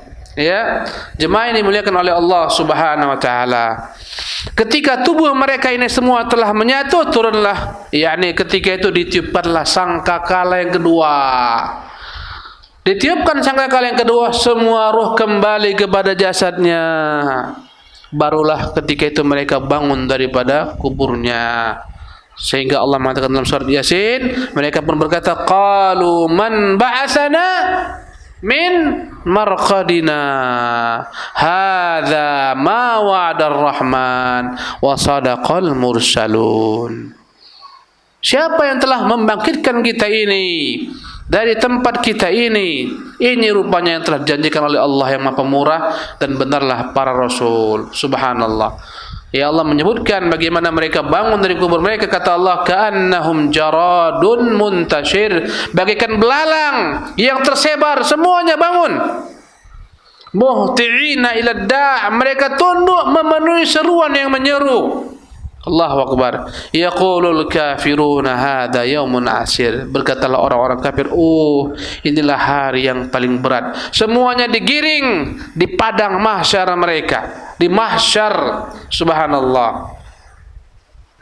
Ya. Jemaah yang dimuliakan oleh Allah Subhanahu wa taala, tahukah Anda bahwasanya sekarang sangkakala tersebut benar-benar telah ada di bibir malaikat peniup sangkakala. Malaikat apa? Israfil. Berkata Nabi, inna sahibas suri qad iltaqamas sur. Sungguh benar-benar ya, yang ditugaskan meniup trompet ini benar-benar telah mendekatkan trompet, ya. Wahana jabhatah, telah menundukkan kepalanya, yantadhiru mata yu'maru bin nafhi, dia siap setia menunggu kapan diperintahkan. Allah Akbar. Malaikat ini tak bergerak, Israfil tak bergerak, dia sungguh seperti ini keadaannya, mendekatkan trompet di bibirnya, menundukkan kepalanya, tinggal siap menerima perintah Allah. Makanya berkata Rasul, kaifa yan'amun, bagaimana manusia merasa nikmat, hidup bersenang-senang, lupa akhirat. Padahal malaikat Israfil telah mendekatkan trompet ke bibirnya, siap untuk meniup ketika diperintahkan oleh Allah Subhanahu wa taala. Subhanallah. Jemaah yang dimuliakan oleh Allah Subhanahu wa taala, 2 kali tiupan. Ya, tiupan pertama hancur binasalah alam semesta. Wa nufiqa fis suri fa sa'iqa man fis samawati wa man fil ardi illa man sya'allah. Thumma nufiqa fi ukhra. Kemudian ditiupkan yang kedua, fa idzahum qiyamun yanzurun. Seketika mereka pun bangun daripada kubur-kubur mereka. Subhanallah. Kemudian jemaah, setelah bangun semuanya digiring ke tempat yang begitu luas namanya padang mahsyar. Subhanallah. Kata Allah, qul innal awwalina wal akhirin. Katakan Muhammad, semua manusia yang dahulu, yang pertama maupun yang paling akhir, la majmu'una, akan dikumpulkan ila miqati yaumin ma'lum, pada hari yang telah ditentukan Allah Subhanahu wa taala. Subhanallah. Allah berfirman, yauma tashaqqaqul ardu anhum sira'a. Ketika bumi terbelah-belah, mereka bangun dari kubur-kubur mereka dengan cepat. Dzalika hasyrun alaina yasir. Yang itulah hari mahsyar, begitu mudah bagi kami mengumpulkan manusia. Subhanallah. Bagaimana jemaah sekalian? Dikumpulkan dalam keadaan telanjang, bahkan belum berkhitan. Dalam hadis yang sahih Rasulullah menyebutkan, ya ayuhan nas, wahai manusia, innakum la mahsyuruna hufatan ghurlan, kalian akan dibangkitkan, dikumpulkan di hari kiamat dalam keadaan hufatan, ya, tak beralas kaki, ghurlan, ya, dalam keadaan belum berkhitan. Dan berapa lainnya, hufatan uratan ghurlan buhman, telanjang kaki, telanjang tubuh, belum berkhitan, tak membawa apapun juga. Subhanallah. Wa awwalu man yuksa Ibrahim alaihissalam, dan kelak yang pertama kali Allah berikan pakaian adalah Ibrahim. Bertanya ibunda kita Aisyah, ya Rasulullah, semua telanjang? Ya Rasulullah, perempuan laki-laki? Ya Rasulullah, alangkah malunya perempuan laki-laki telanjang. Berkata Rasulullah, wahai Ibnu Siddiq, hari itu begitu dahsyat, orang tak pikirkan kecuali nasibnya, dirinya masing-masing. Allahu Akbar. Tak lagi dia sibuk dengan wanita, pria tak guna, semua sibuk dengan dirinya, mengatakan nafsi, nafsi. Jangankan kita, para nabi pun sibuk dengan dirinya. Allahu Akbar. Di padang mahsyar kita diberdirikan oleh Allah Subhanahu wa taala berhari-hari, tak makan, tak minum, didekatkan matahari. Orang-orang datang kepada Adam. Allahu Akbar. Wahai Adam, engkaulah bapak manusia. Allah ciptakan engkau dengan 2 tangannya. Allah perintahkan malaikat makan sujud kepadamu. Tidakkah kau lihat bagaimana kondisi kami ini? Mintalah kepada Tuhanmu agar memulai persidangan. Berkata Adam, bukan aku yang berhak. Aku sungguh telah berbuat dosa. Hari ini Tuhan begitu marah begitu dahsyat. Tak pernah marah sebelumnya seperti ini, tak pula setelah ini. Aduhai diriku, diriku, nafsi, nafsi, pergilah kalian cari Nuh. Mereka pun berangkat kepada Nuh. Ya Nuh, engkaulah Rasul pertama Allah utus ke dunia ini. Ya Nuh, lihatlah bagaimana kondisi kami ini. Mintalah kepada Allah agar mulai persidangan. Kata Nuh, sungguh Tuhan hari ini begitu marah, murka. Kemarahan tak pernah sebelumnya seperti ini dan tidak pernah setelah ini setelahnya. Sungguh aku dahulu kala telah berdoa untuk kaumku, hari ini aku malah minta kepadanya, nafsi, nafsi, jiwaku, jiwaku, pergilah kalian, carilah Musa, carilah Ibrahim. Mereka pun datang kepada Ibrahim, mereka datang kepada Musa, mereka datang kepada Isa, sampai akhirnya mereka datang kepada Nabi yang mulia sallallahu alaihi wasallam. Akhirnya Nabi sujud di bawah arsy Allah, sujud yang panjang. Akhirnya Allah ajarkan kepada Nabi berbagai macam nama-namanya, pujian-pujian kepadanya. Setelah masa yang panjang, Allah berkata, wahai Muhammad, angkat kepalamu sekarang. Wahai Muhammad, berilah syafaat. Itulah yang Allah janjikan dalam Al-Quran sebagai maqam mahmud dan kedudukan yang tinggi yang tak diberikan Allah kepada semua Nabi kecuali kepada Rasulullah. Dimulailah persidangan dengan syafaat Rasulullah sallallahu alaihi wasallam. Bagaimana padang mahsyar ini? Kata Rasulullah, yuhsyarun nas yaumil qiyamati ala ardin baydha'a ka qursatin naqi laisa fiha ma'lamun li ahadin. Dibangkitkan manusia di atas bumi yang putih bersih bagaikan kapas, tak ada padanya bangunan, tak ada padanya gunung, tak ada padanya lembah. Kata Allah, la tara fiha iwajan wala amta. Itu padang mahsyar. Bumi ini ada lembah, ada gunung. Itu semua datar, semua rata. Kata Allah, yauma tubaddalul ardu ghairal ard. Pada hari Allah gantikan bumi dengan bumi. Wassamawat, langit dengan langit. Wa barazu lillahil wahidil qahhar. Maka mereka semua berdiri siap menunggu ketentuan Allah, Tuhan yang Maha Perkasa. Subhanallah. Ada orang-orang yang tenggelam dengan keringatnya, ada yang teringatnya sampai ke kakinya, ada yang sampai ke betis, ada yang sampai ke mulutnya, ada yang tenggelam dengan keringatnya. Subhanallah. Hanya 7 golongan Allah akan lindungi daripada panasnya matahari di hari kiamat. Subhanallah. Yang jaraknya 1 mil. Mereka yang disebutkan Nabi SAW, sab'atun yudhilluhumullah yawma la dhilla illa dhulluh. Ada 7 golongan yang Allah akan lindungi, naungi di hari kiamat dengan naungan arsy-Nya. Pada hari tak ada naungan kecuali Allah SWT. Di antaranya adalah imam al-imamul adil, pemimpin yang adil. Ya, dan seterusnya. Hanya 7 golongan saja. Rajulani yani al-imamul adil, imam yang adil, ya. Disebutkan Rasulullah SAW 7 golongan yang dilindungi Allah SWT. Pertama adalah al-imamul adil, seorang imam yang adil, bijak, sana, pemimpin dari atas sampai ke bawah. Kemudian dikatakan rajulun fadad aynahu min khasyatillah, ya, seorang laki-laki yang menangis karena takut kepada Allah Subhanahu wa taala, ikhlas. Rajulun qalbu muta'allaqun bil masajid, seorang laki-laki yang hatinya terpaut dengan masjid selalu. Di mana ada azan dia datang, ada salat dia datang. Subhanallah. Rajulani tahabba fillah, 2 orang yang saling mengasihi karena Allah Subhanahu wa taala, berpisah dan bersatu karena Allah Subhanahu wa taala.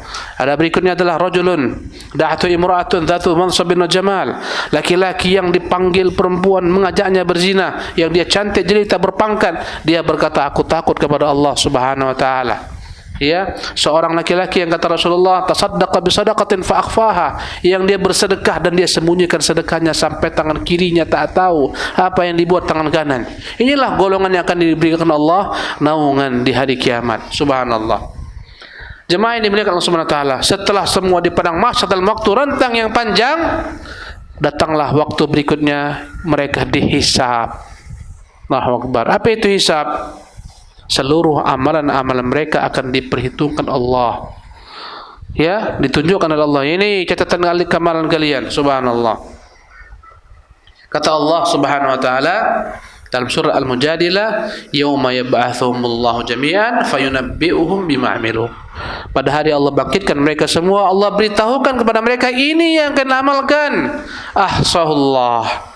Allah menghitung semua yang kita lakukan, wa nasuh, dan mereka lupa. Subhanallah. Ya. Kata Allah, inna ilaina iyabahum thumma inna alaina hisabahum. Kepada kami mereka kembali, kami pula yang akan menghisab mereka. Subhanallah. Ya, jemaah ini dimuliakan Allah Subhanahu wa taala. Rasulullah pernah berdoa, Allahumma hasibni hisaban yasira. Ya Allah, mudahkanlah hisabku.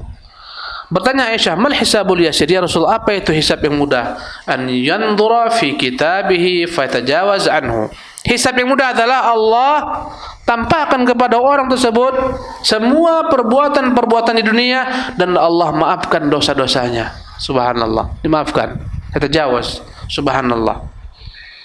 Di hari kiamat ada dua cara menghisab. Pertama, hisaban yasira. Subhanallah. Fasayuhasabuhu hisaban yasira. Hisab yang mudah, itulah maknanya yang disebutkan Nabi. Allah tampakkan, nih perbuatanmu nih ketika di dunia. Nih, ya Allah. Iya ya Allah, ya Allah. Udah, ini aku maafkan. Subhanallah. Yang kedua, hisaban syadidan atau hisaban asiran. Hisab yang dahsyat, yang ketat, pertanyaan yang ketat. Berkata Nabi yang mulia SAW, ya, man nuqishal hisabu udzib. Barang siapa yang ketat ketika ditunjukkan baginya amalannya, ini kenapa kau buat? Ya, pada waktu ini apa kau lakukan? Kenapa harus kau lakukan? Ketika didebat, pasti akan diazab oleh Allah Subhanahu wa taala. Subhanallah. Ini jemaah sekalian, tanda-tandanya andai kata dia didebat Allah, kenapa kau buat ini? Kenapa? Ini pasti akan nyangkut diazab Allah Subhanahu wa taala. Kata Nabi, man nuqishal hisab udzib. Yang didebat ketika dihisab pasti akan diazab oleh Allah Subhanahu wa taala. Subhanallah. Jemaah sekalian, apakah ada orang yang tidak dihisab? Ada. Mereka yang disebutkan Nabi dalam hadis beliau yang panjang, hadis Ukasyah, jumlah mereka 70.000 orang. Berkata Nabi SAW, ma'hum sab'una alfan yadkhuluna al-jannata bila hisabin wal azab. 70 orang, 70.000 orang yang masuk surga tanpa hisab, tanpa azab. Siapa mereka? Kata Nabi sallallahu alaihi wasallam, alladzina la yastarqun. Mereka lah yang tidak pernah meminta orang menjampi-jampi dirinya. Karena meminta menjampi-jampi mengurangi tawakal. Alladzina la yastarquna wa la yatatayyarun. Yang tak pernah percaya burung bisa mendatangkan sial. Angka bisa mendatangkan sial, hari mendatangkan sial, binatang mendatangkan sial.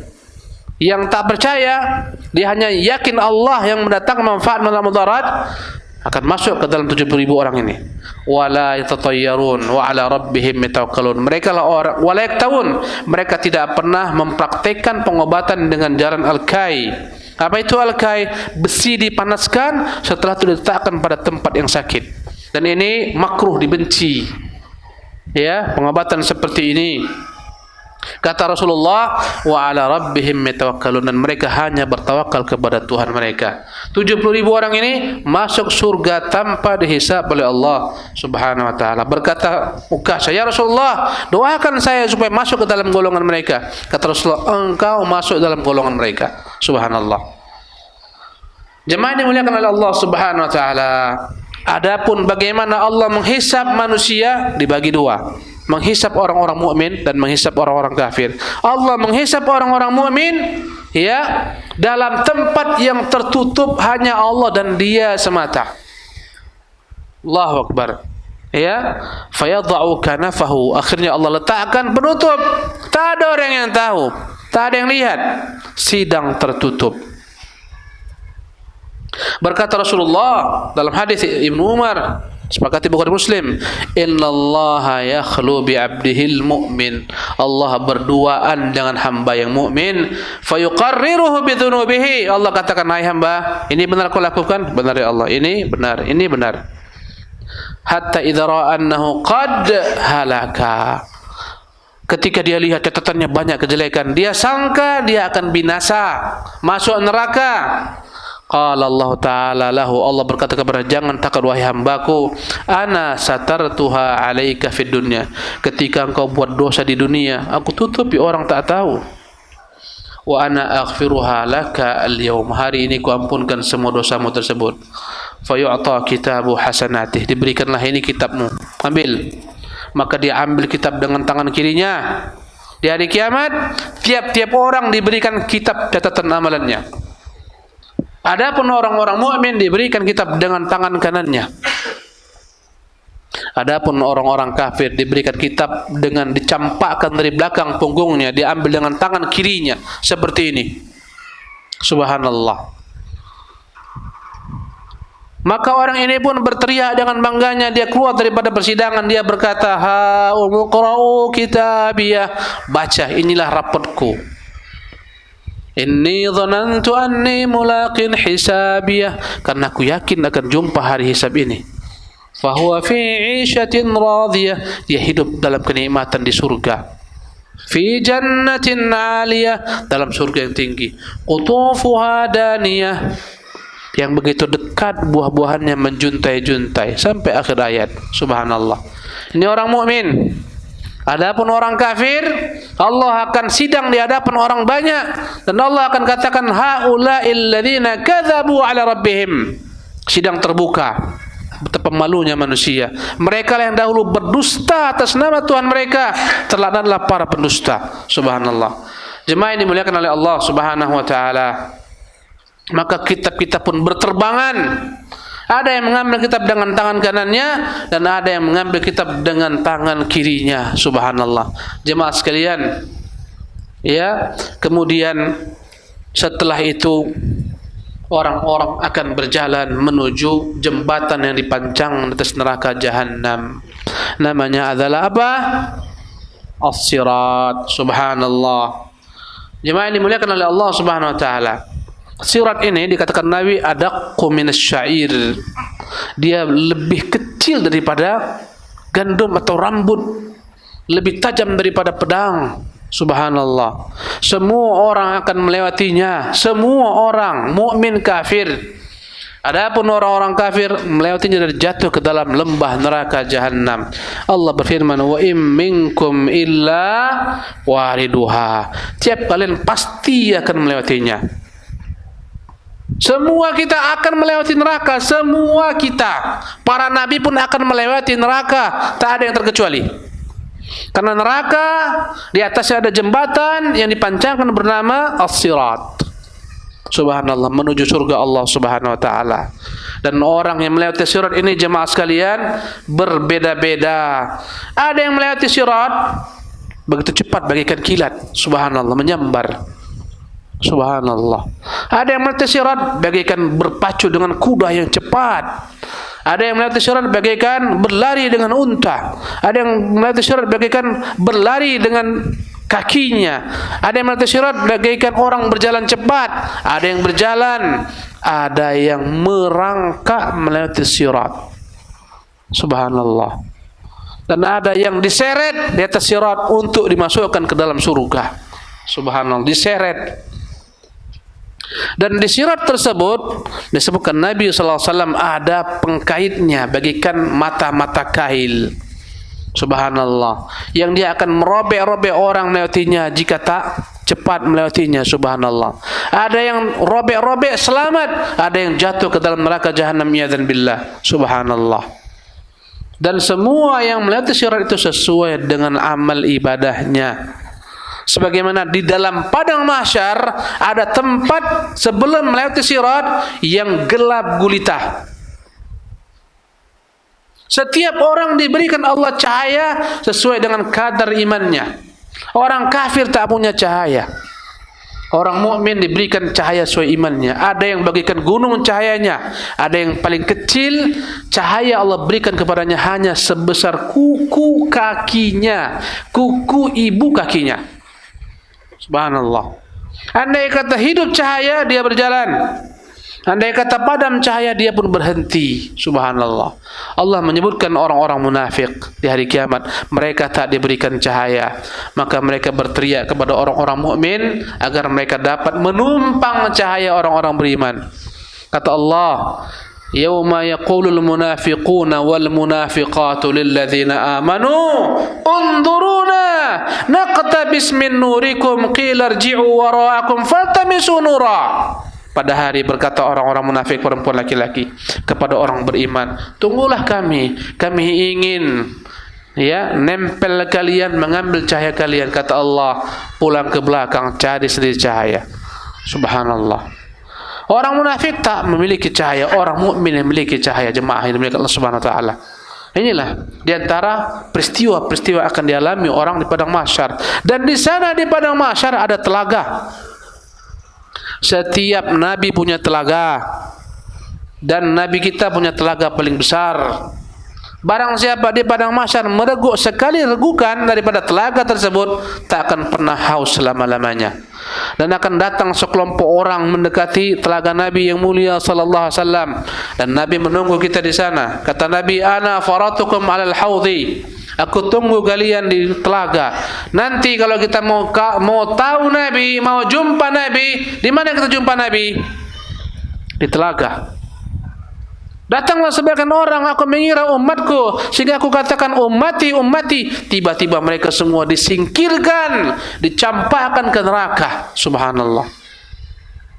Namanya haud. Dan air telaga ini terpancar daripada telaga Nabi di surga yang namanya Al-Kautsar. Subhanallah. Jemaah ini dimuliakan oleh Allah Subhanahu wa taala.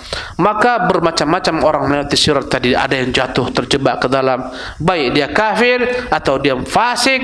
Subhanallah, tenggelamlah mereka dalam neraka jahanam. Dan ada yang selamat, dan mereka pun bertingkat-tingkat sebelum masuk surga. Di ujung daripada jembatan itu ada yang disebut dengan nama Qantarah. Di sanalah semua orang-orang mukmin diberhentikan. Di sanalah segala macam bentuk kezaliman antara orang-orang mukmin disidang Allah Subhanahu wa taala. Ya, di sanalah bayar membayar. Ketika semuanya telah selesai bayar membayar, tak ada lagi hutang, tak ada lagi kezaliman, tak ada lagi permusuhan. Setelah itu semuanya diizinkan masuk ke dalam surga. Dan yang pertama kali masuk ke dalam surga adalah Rasulullah SAW. Dan yang pertama kali membuka pintu surga adalah Rasulullah SAW. Yang pertama kali melewati sirat adalah umat Muhammad sallallahu alaihi wasallam. Yang pertama kali masuk surga adalah umat Muhammad sallallahu alaihi wasallam. Jemaah yang dimuliakan Allah Subhanahu wa taala, demikianlah materi kita, materi yang seharusnya begitu panjangnya saya singkat dan saya ringkas. Semoga Allah berikan kepada kita kemudahan untuk dapat kembali menjabarkan secara detail satu demi satu. Wallahu taala alam. Mohon maaf atas segala macam kekhilafan. Wa sallallahu wasallam ala nabiyina Muhammadin wa akhir da'wana alhamdulillahirabbil alamin. Wassalamualaikum warahmatullahi wabarakatuh.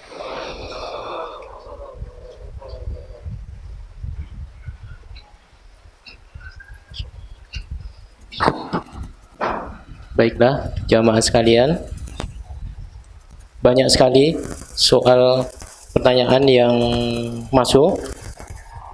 Waktu kita tinggal 15 menit. Kami akan memilih pertanyaan-pertanyaan yang berkesesuaian dengan materi kita yang kita bahas pada kesempatan hari ini. Pertanyaan yang pertama, bagaimana caranya supaya kita fokus kepada akhirat dan ikhlas kepada takdir kita bahwa itu yang terbaik untuk kita? Bismillah walhamdulillah ba'd. Bagaimana supaya kita istiqamah? Bagaimana supaya kita dapat ridha Allah? Bagaimana supaya kita masuk surga? Bagaimana supaya kita beriman kepada takdir, ikhlas dengan takdir kita? Jawabannya semuanya ada pada ilmu. Kewajiban setiap orang adalah menuntut ilmu. Ilmu itulah yang membuat dia paham bagaimana bersikap. Hadiri kajian-kajian, dengarkan kajian-kajian, baca kitab-kitab para ulama, baca kitabullah, baca sunnah Rasulullah. Ini yang akan dapat membuat kita istiqamah. Ditambah lagi dengan berkawan dengan orang-orang saleh. Ditambah lagi dengan banyak berdoa kepada Allah supaya diberikan keistiqamahan. Inilah tips-tips menjaga keistiqomahan. Banyak menimba ilmu, berteman dengan orang-orang saleh, senantiasa berdoa kepada Allah SWT agar diberikan keistiqomahan. Wallahu ta'ala alam. Pertanyaan selanjutnya, apakah pahala sedekah seorang anak dengan mengatasnamakan orang tuanya Boleh Ustaz.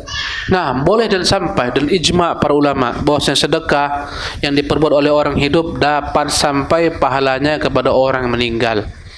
Ya, dan itu disebutkan oleh para ulama dan disebutkan oleh sejumlah daripada hadis-hadis Nabi yang mulia sallallahu alaihi wasallam. Nah, Lebih utama manakah mendoakan orang tua atau bersedekah atas nama orang tua? dua-dua dikerjakan. Mendoakan orang tua, bersedekah atas nama orang tua, semua kebaikan. Andai kata kita tak pernah haji, hajikan orang tua kita. Kita pernah umrah, umrahkan orang tua kita. Dan inilah amalan-amalan yang sampai insya-Allah pahalanya kepada orang tua kita. Nah, Apakah berdosa seorang anak yang tidak bisa mensolatkan orang tuanya? wajib bagi setiap anak belajar, ya, dan wajib bagi orang tua mengajarkan kepada anak-anaknya agama. Ya, alangkah kasihannya ketika orang tua, ketika anak yakni tak pandai menolakkan orang tuanya. Kenapa tak pandai? Karena tak peduli kepada ilmu agama. Kenapa demikian? Boleh jadi karena orang tuanya tak mendidik. Ya, andai kata orang tuanya tak mendidik, kesalahan orang tuanya. Ya, andai kata orang tuanya maksimal mendidik, memang dia yang tak mau, memang dia yang degil, dia yang subhanallah, itu salah dia. Ya, tentunya alangkah naif ketika ada anak tak mampu menolakkan orang tuanya. Alangkah mudahnya salat jenazah. Pertama baca apa? Fatihah, Allahu Akbar, baca Fatihah. Yang kedua baca salawat, Allahumma shalli ala Muhammad wa ala ali Muhammad kama shallaita ala Ibrahim wa ala Ibrahim wa barik ala Muhammad wa ala Muhammad kama barakta ala Ibrahim wa ala ali Ibrahim fil alamin innaka Hamidum Majid. Minimal Allahumma shalli ala Muhammad, minimal. Tak bisa, gampang. Fatihah tak bisa, mustahil. Allahumma shalli ala Muhammad tak bisa, gampang. Setelah itu yang ketiga, katakan dalam bentuk doa, Allahumma ighfir lahu.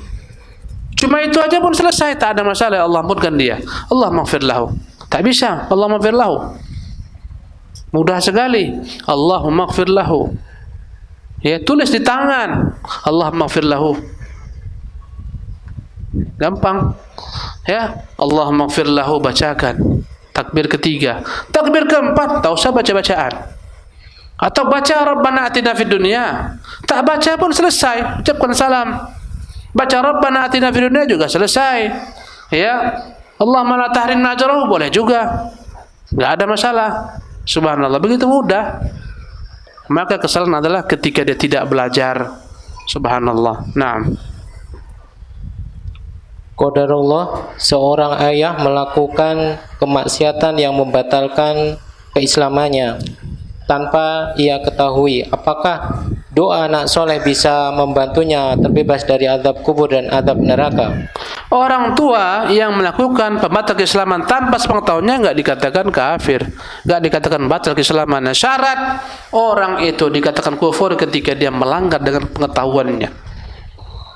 Dalam kaidah Islam, al-udhru bil jahli, diberikan uzur bagi orang jahil. Karena itulah tak mudah kita mengkafirkan orang-orang yang terjatuh pada perbuatan-perbuatan kufur kecuali terpenuhi syarat-syarat. Orang yang minta kepada orang yang telah meninggal di kuburnya, tak boleh kita katakan kafir sebelum terpenuhi syarat-syaratnya. Boleh jadi dia tak mengerti, tak mengetahui, ajarkan kepadanya. Dan agama Islam mengajarkan kepada kita akan datang azab ketika orang tahu. Tak tahu, tak datang azab. Kata Allah, "Wa ma kunna mu'adzibina hatta nab'atha rasulah." Kami tidak akan mengazab suatu kaum sampai kami kirim dulu nabi kepadanya. Untuk apa dikirim nabi? Menyampaikan hujjah, sampai ilmu. Dan ini menunjukkan ahlu sunnah paling sulit mengkafirkan orang-orang Islam. Bahkan kaidah dalam al-sunnah, laisa kullu man waqa'a fil kufri waqa'a alaihi al-kufru. Bukan semua orang terjebak dalam perbuatan kufur dikafirkan. Subhanallah. Akidah al-sunnah. Kenapa? Boleh jadi punya uzur apa? Jahil, tak tahu, mungkin dipaksa orang. Ya, tak mudah kita mengkafirkan, paling payah mengkafirkan. Karena itu bukan kerjaan yang gampang, harus terpenuhi syarat-syaratnya. Tanya, jangan-jangan tak tahu. Subhanallah. Apalagi yang mengkafirkan bukan semua orang. Ya, ulama-ulama yang memang berkompeten setelah memanggil, menerangkan, ngeyel, menolak, diberi tangguh sehari, 2 hari, 3 hari, tetap baru dihukumi murtad, dipisahkan daripada istrinya. Ada proses. Ini sebentar-sebentar kafir, tak bisa. Subhanallah. Orang-orang yang terjebak melakukan kesyirikan, lihat di mana dia berada. Andai kata di negeri memang jarang di sana ditegakkan ilmu, jarang ulama datang, tak tahu. Orang-orang tersebut dihukumi muslim, anak-anaknya boleh mendoakan dia.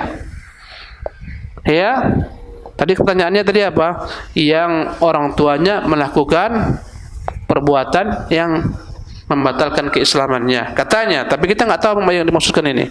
Tanpa sepengetahuannya, kata-kata tanpa sepengetahuan ini menunjukkan karena kejahilannya. Misalnya apa? Misalnya minta kepada orang meninggal, tak boleh. Ini kufur dan ini syirik. Tapi andai kata dia melakukannya karena kejahilan, tak bisa dia dikafirkan. Subhanallah. Ya, apa hukum melempar Quran? Kufur. Tapi boleh jadi dia nggak tahu, karena marahnya dikiranya buku biasa dicampakkannya. Kafir nggak dia? Tidak kafir. Dan dalil yang paling kuat menunjukkan orang yang mengatakan kekufuran tidak harus dikatakan kafir kecuali terpenuhi syarat adalah hadis Nabi yang mulia SAW tentang seseorang yang kehilangan untanya di tengah padang pasir yang luas. Ya, dia tidur istirahat, diikatkan untanya. Ketika tidur untanya lari, hilang. Dan dia pun melihat untanya, cari kemana-mana tak dapat, keletihan. Dia pulang ke bawah pohon tersebut, nunggu mati karena nggak ada unta di padang pasir, nggak ada bekal. Ketika dia bangun daripada tidurnya, unta telah hadir kembali. Saking gembiranya dia berkata, ya Allah, sungguh engkau hambaku, aku Tuhanmu. Kafir nggak itu kata-kata? Kafir. Dibilangnya Allah, hamba dia Tuhan. Kata Nabi, akhta'a min syiddatil farah. Dia keliru saking senangnya. Ini menunjukkan orang yang mengatakan kekufuran tidak boleh langsung dikatakan kafir. Kadang-kadang tergelincir lidahnya. Tak benar. Subhanallah. Apa kata Nabi? Illa man ukriha, kecuali yang dipaksa. Lihatlah kasus Ammar. Ammar disuruh untuk mengatakan kata-kata kufuran, yakni menjelek-jelekkan Allah, Rasulullah, mengkultuskan dewa-dewanya. Ammar katakan demikian. Dia pulang, ya Rasulullah, aku dipaksa mereka, ya Rasulullah. Apa yang kau katakan? Ku katakan apa yang mereka minta. Tapi bagaimana hatimu? Hatiku tentram dengan iman. Kata Nabi, andai kata mereka paksa lagi, katakan lagi. Turunlah ayat, illa man ukriha wa qalbuhu mutmainnun bil iman, kecuali yang dipaksa. Jadi penghalang kekufuran kejahilan. Ya, penghalang kekufuran dipaksa. Penghalang kekufuran melakukannya dengan tidak sengaja. Ada orang sujud di depan berhala besar, pakai topi lubing, peci gini. Kita katakan, ya akhi, engkau kafir. Kenapa saya kafir? Kau sujud kemana nih? Ya Allah, aku kira tembok.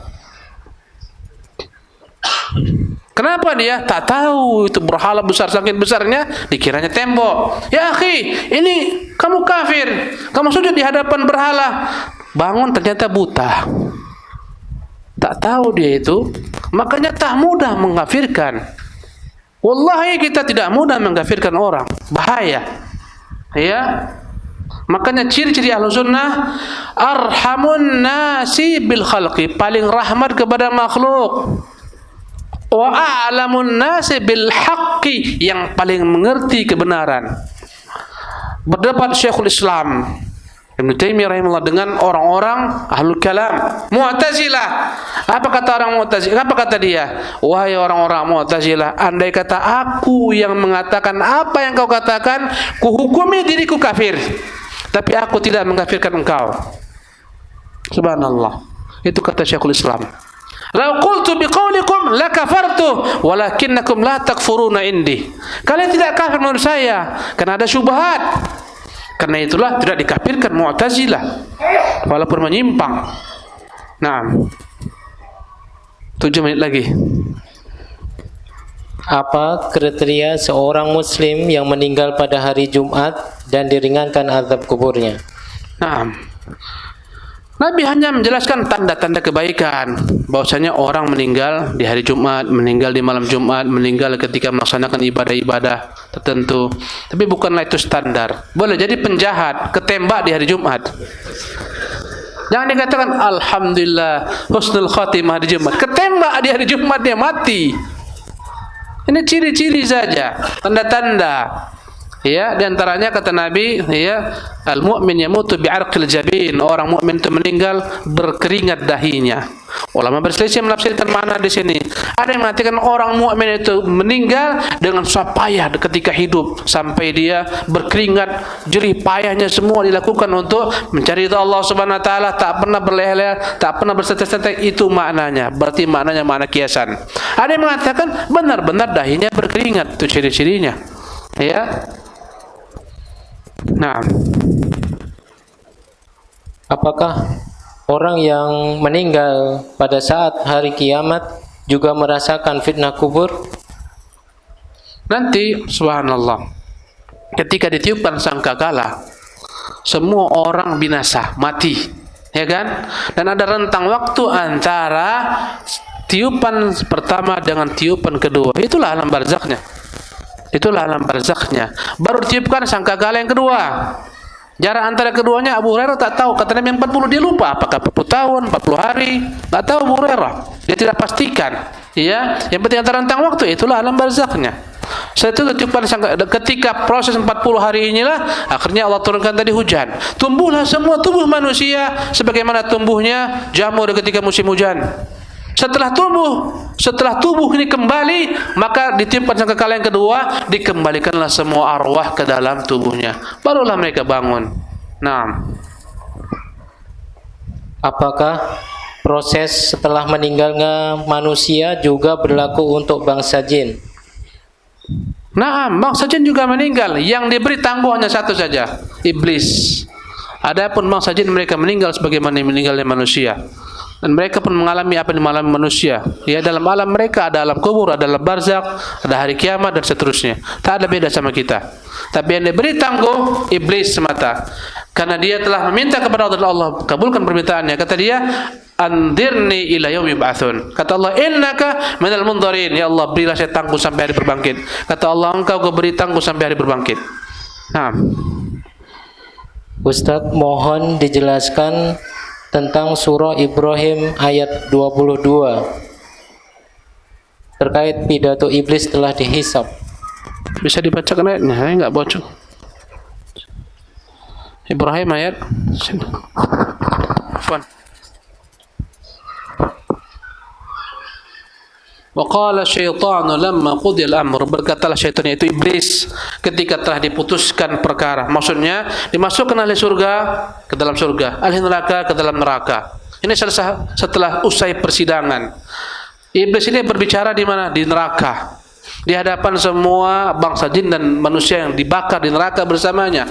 Ibnu Katsir menyebutkan dibuatkan untuk iblis mimbar dari api. Di sanalah iblis berpidato. Subhanallah. Apa kata iblis? Ya, innallaha wa'adakum wa'dal haq, wahai manusia, sesungguhnya Allah dahulu telah memberikan kalian janji-janji yang benar. Ya, wa wa'adtukum fa akhlaftukum, aku pun berikan janji, tapi aku menyelisihi janjiku kepada kalian. Allah janjikan kalian dengan surga, neraka, balasan, ancaman. Semua janji Allah benar. Ini tandanya. Sekarang kan rapatkan. Sekarang kan rasakan. Dahulu aku kasih janji kalian, umur masih panjang, terus saja. Nanti aja tobat. Alah, ini gampang ini. Gak apa-apa kau korupsi 1 miliar, kau keluarkan zakatnya 2,5%. Tak apa. Korupsi banyak-banyak. Nanti itu semua haji-haji di kampung hajikan lagi mereka 2 kali. Ini syaitan. Diiming-imingi, andai kata kau cari yang halal aja, sekarang yang haram pun payah, mati kau kelaparan. Ini adalah janji syaitan. Ya, menyesatkan manusia. Fa akhlaftukum, semua janji-janjiku ku ingkari. Wa ma kana li 'alaikum min sultanin illa an da'autukum fastajabtum li. Aku dahulu kala tak pernah paksa kalian wahai manusia. Kalian yang ikuti aku. Itu kata iblis. Wa ma kana li 'alaikum min sultan. Aku tak punya kekuasaan paksa kalian ikut saya.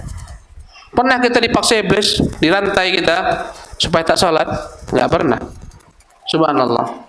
Fala talumuni, wahai manusia, wahai saudara-saudaraku sekalian, jangan mencela aku. Fala talumuni, jangan salahkan saya.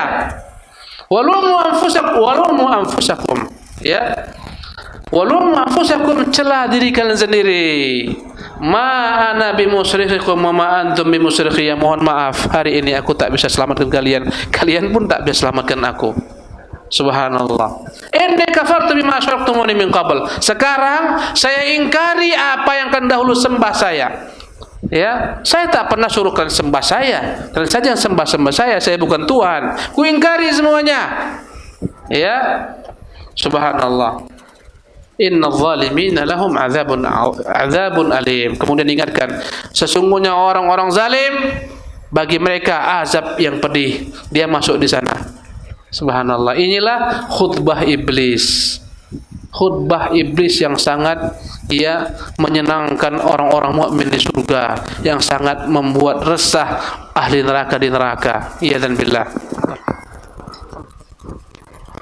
Demikianlah ikhwatul kiram, kita padakan kajian kita pada hari ini. Mohon maaf atas segala macam kesalahan, kekhilafan, ketergelinciran. Subhanakallah bihamdika asyhadu an la ilaha illa anta astaghfiruka wa atubu ilaika. Assalamualaikum warahmatullahi wabarakatuh.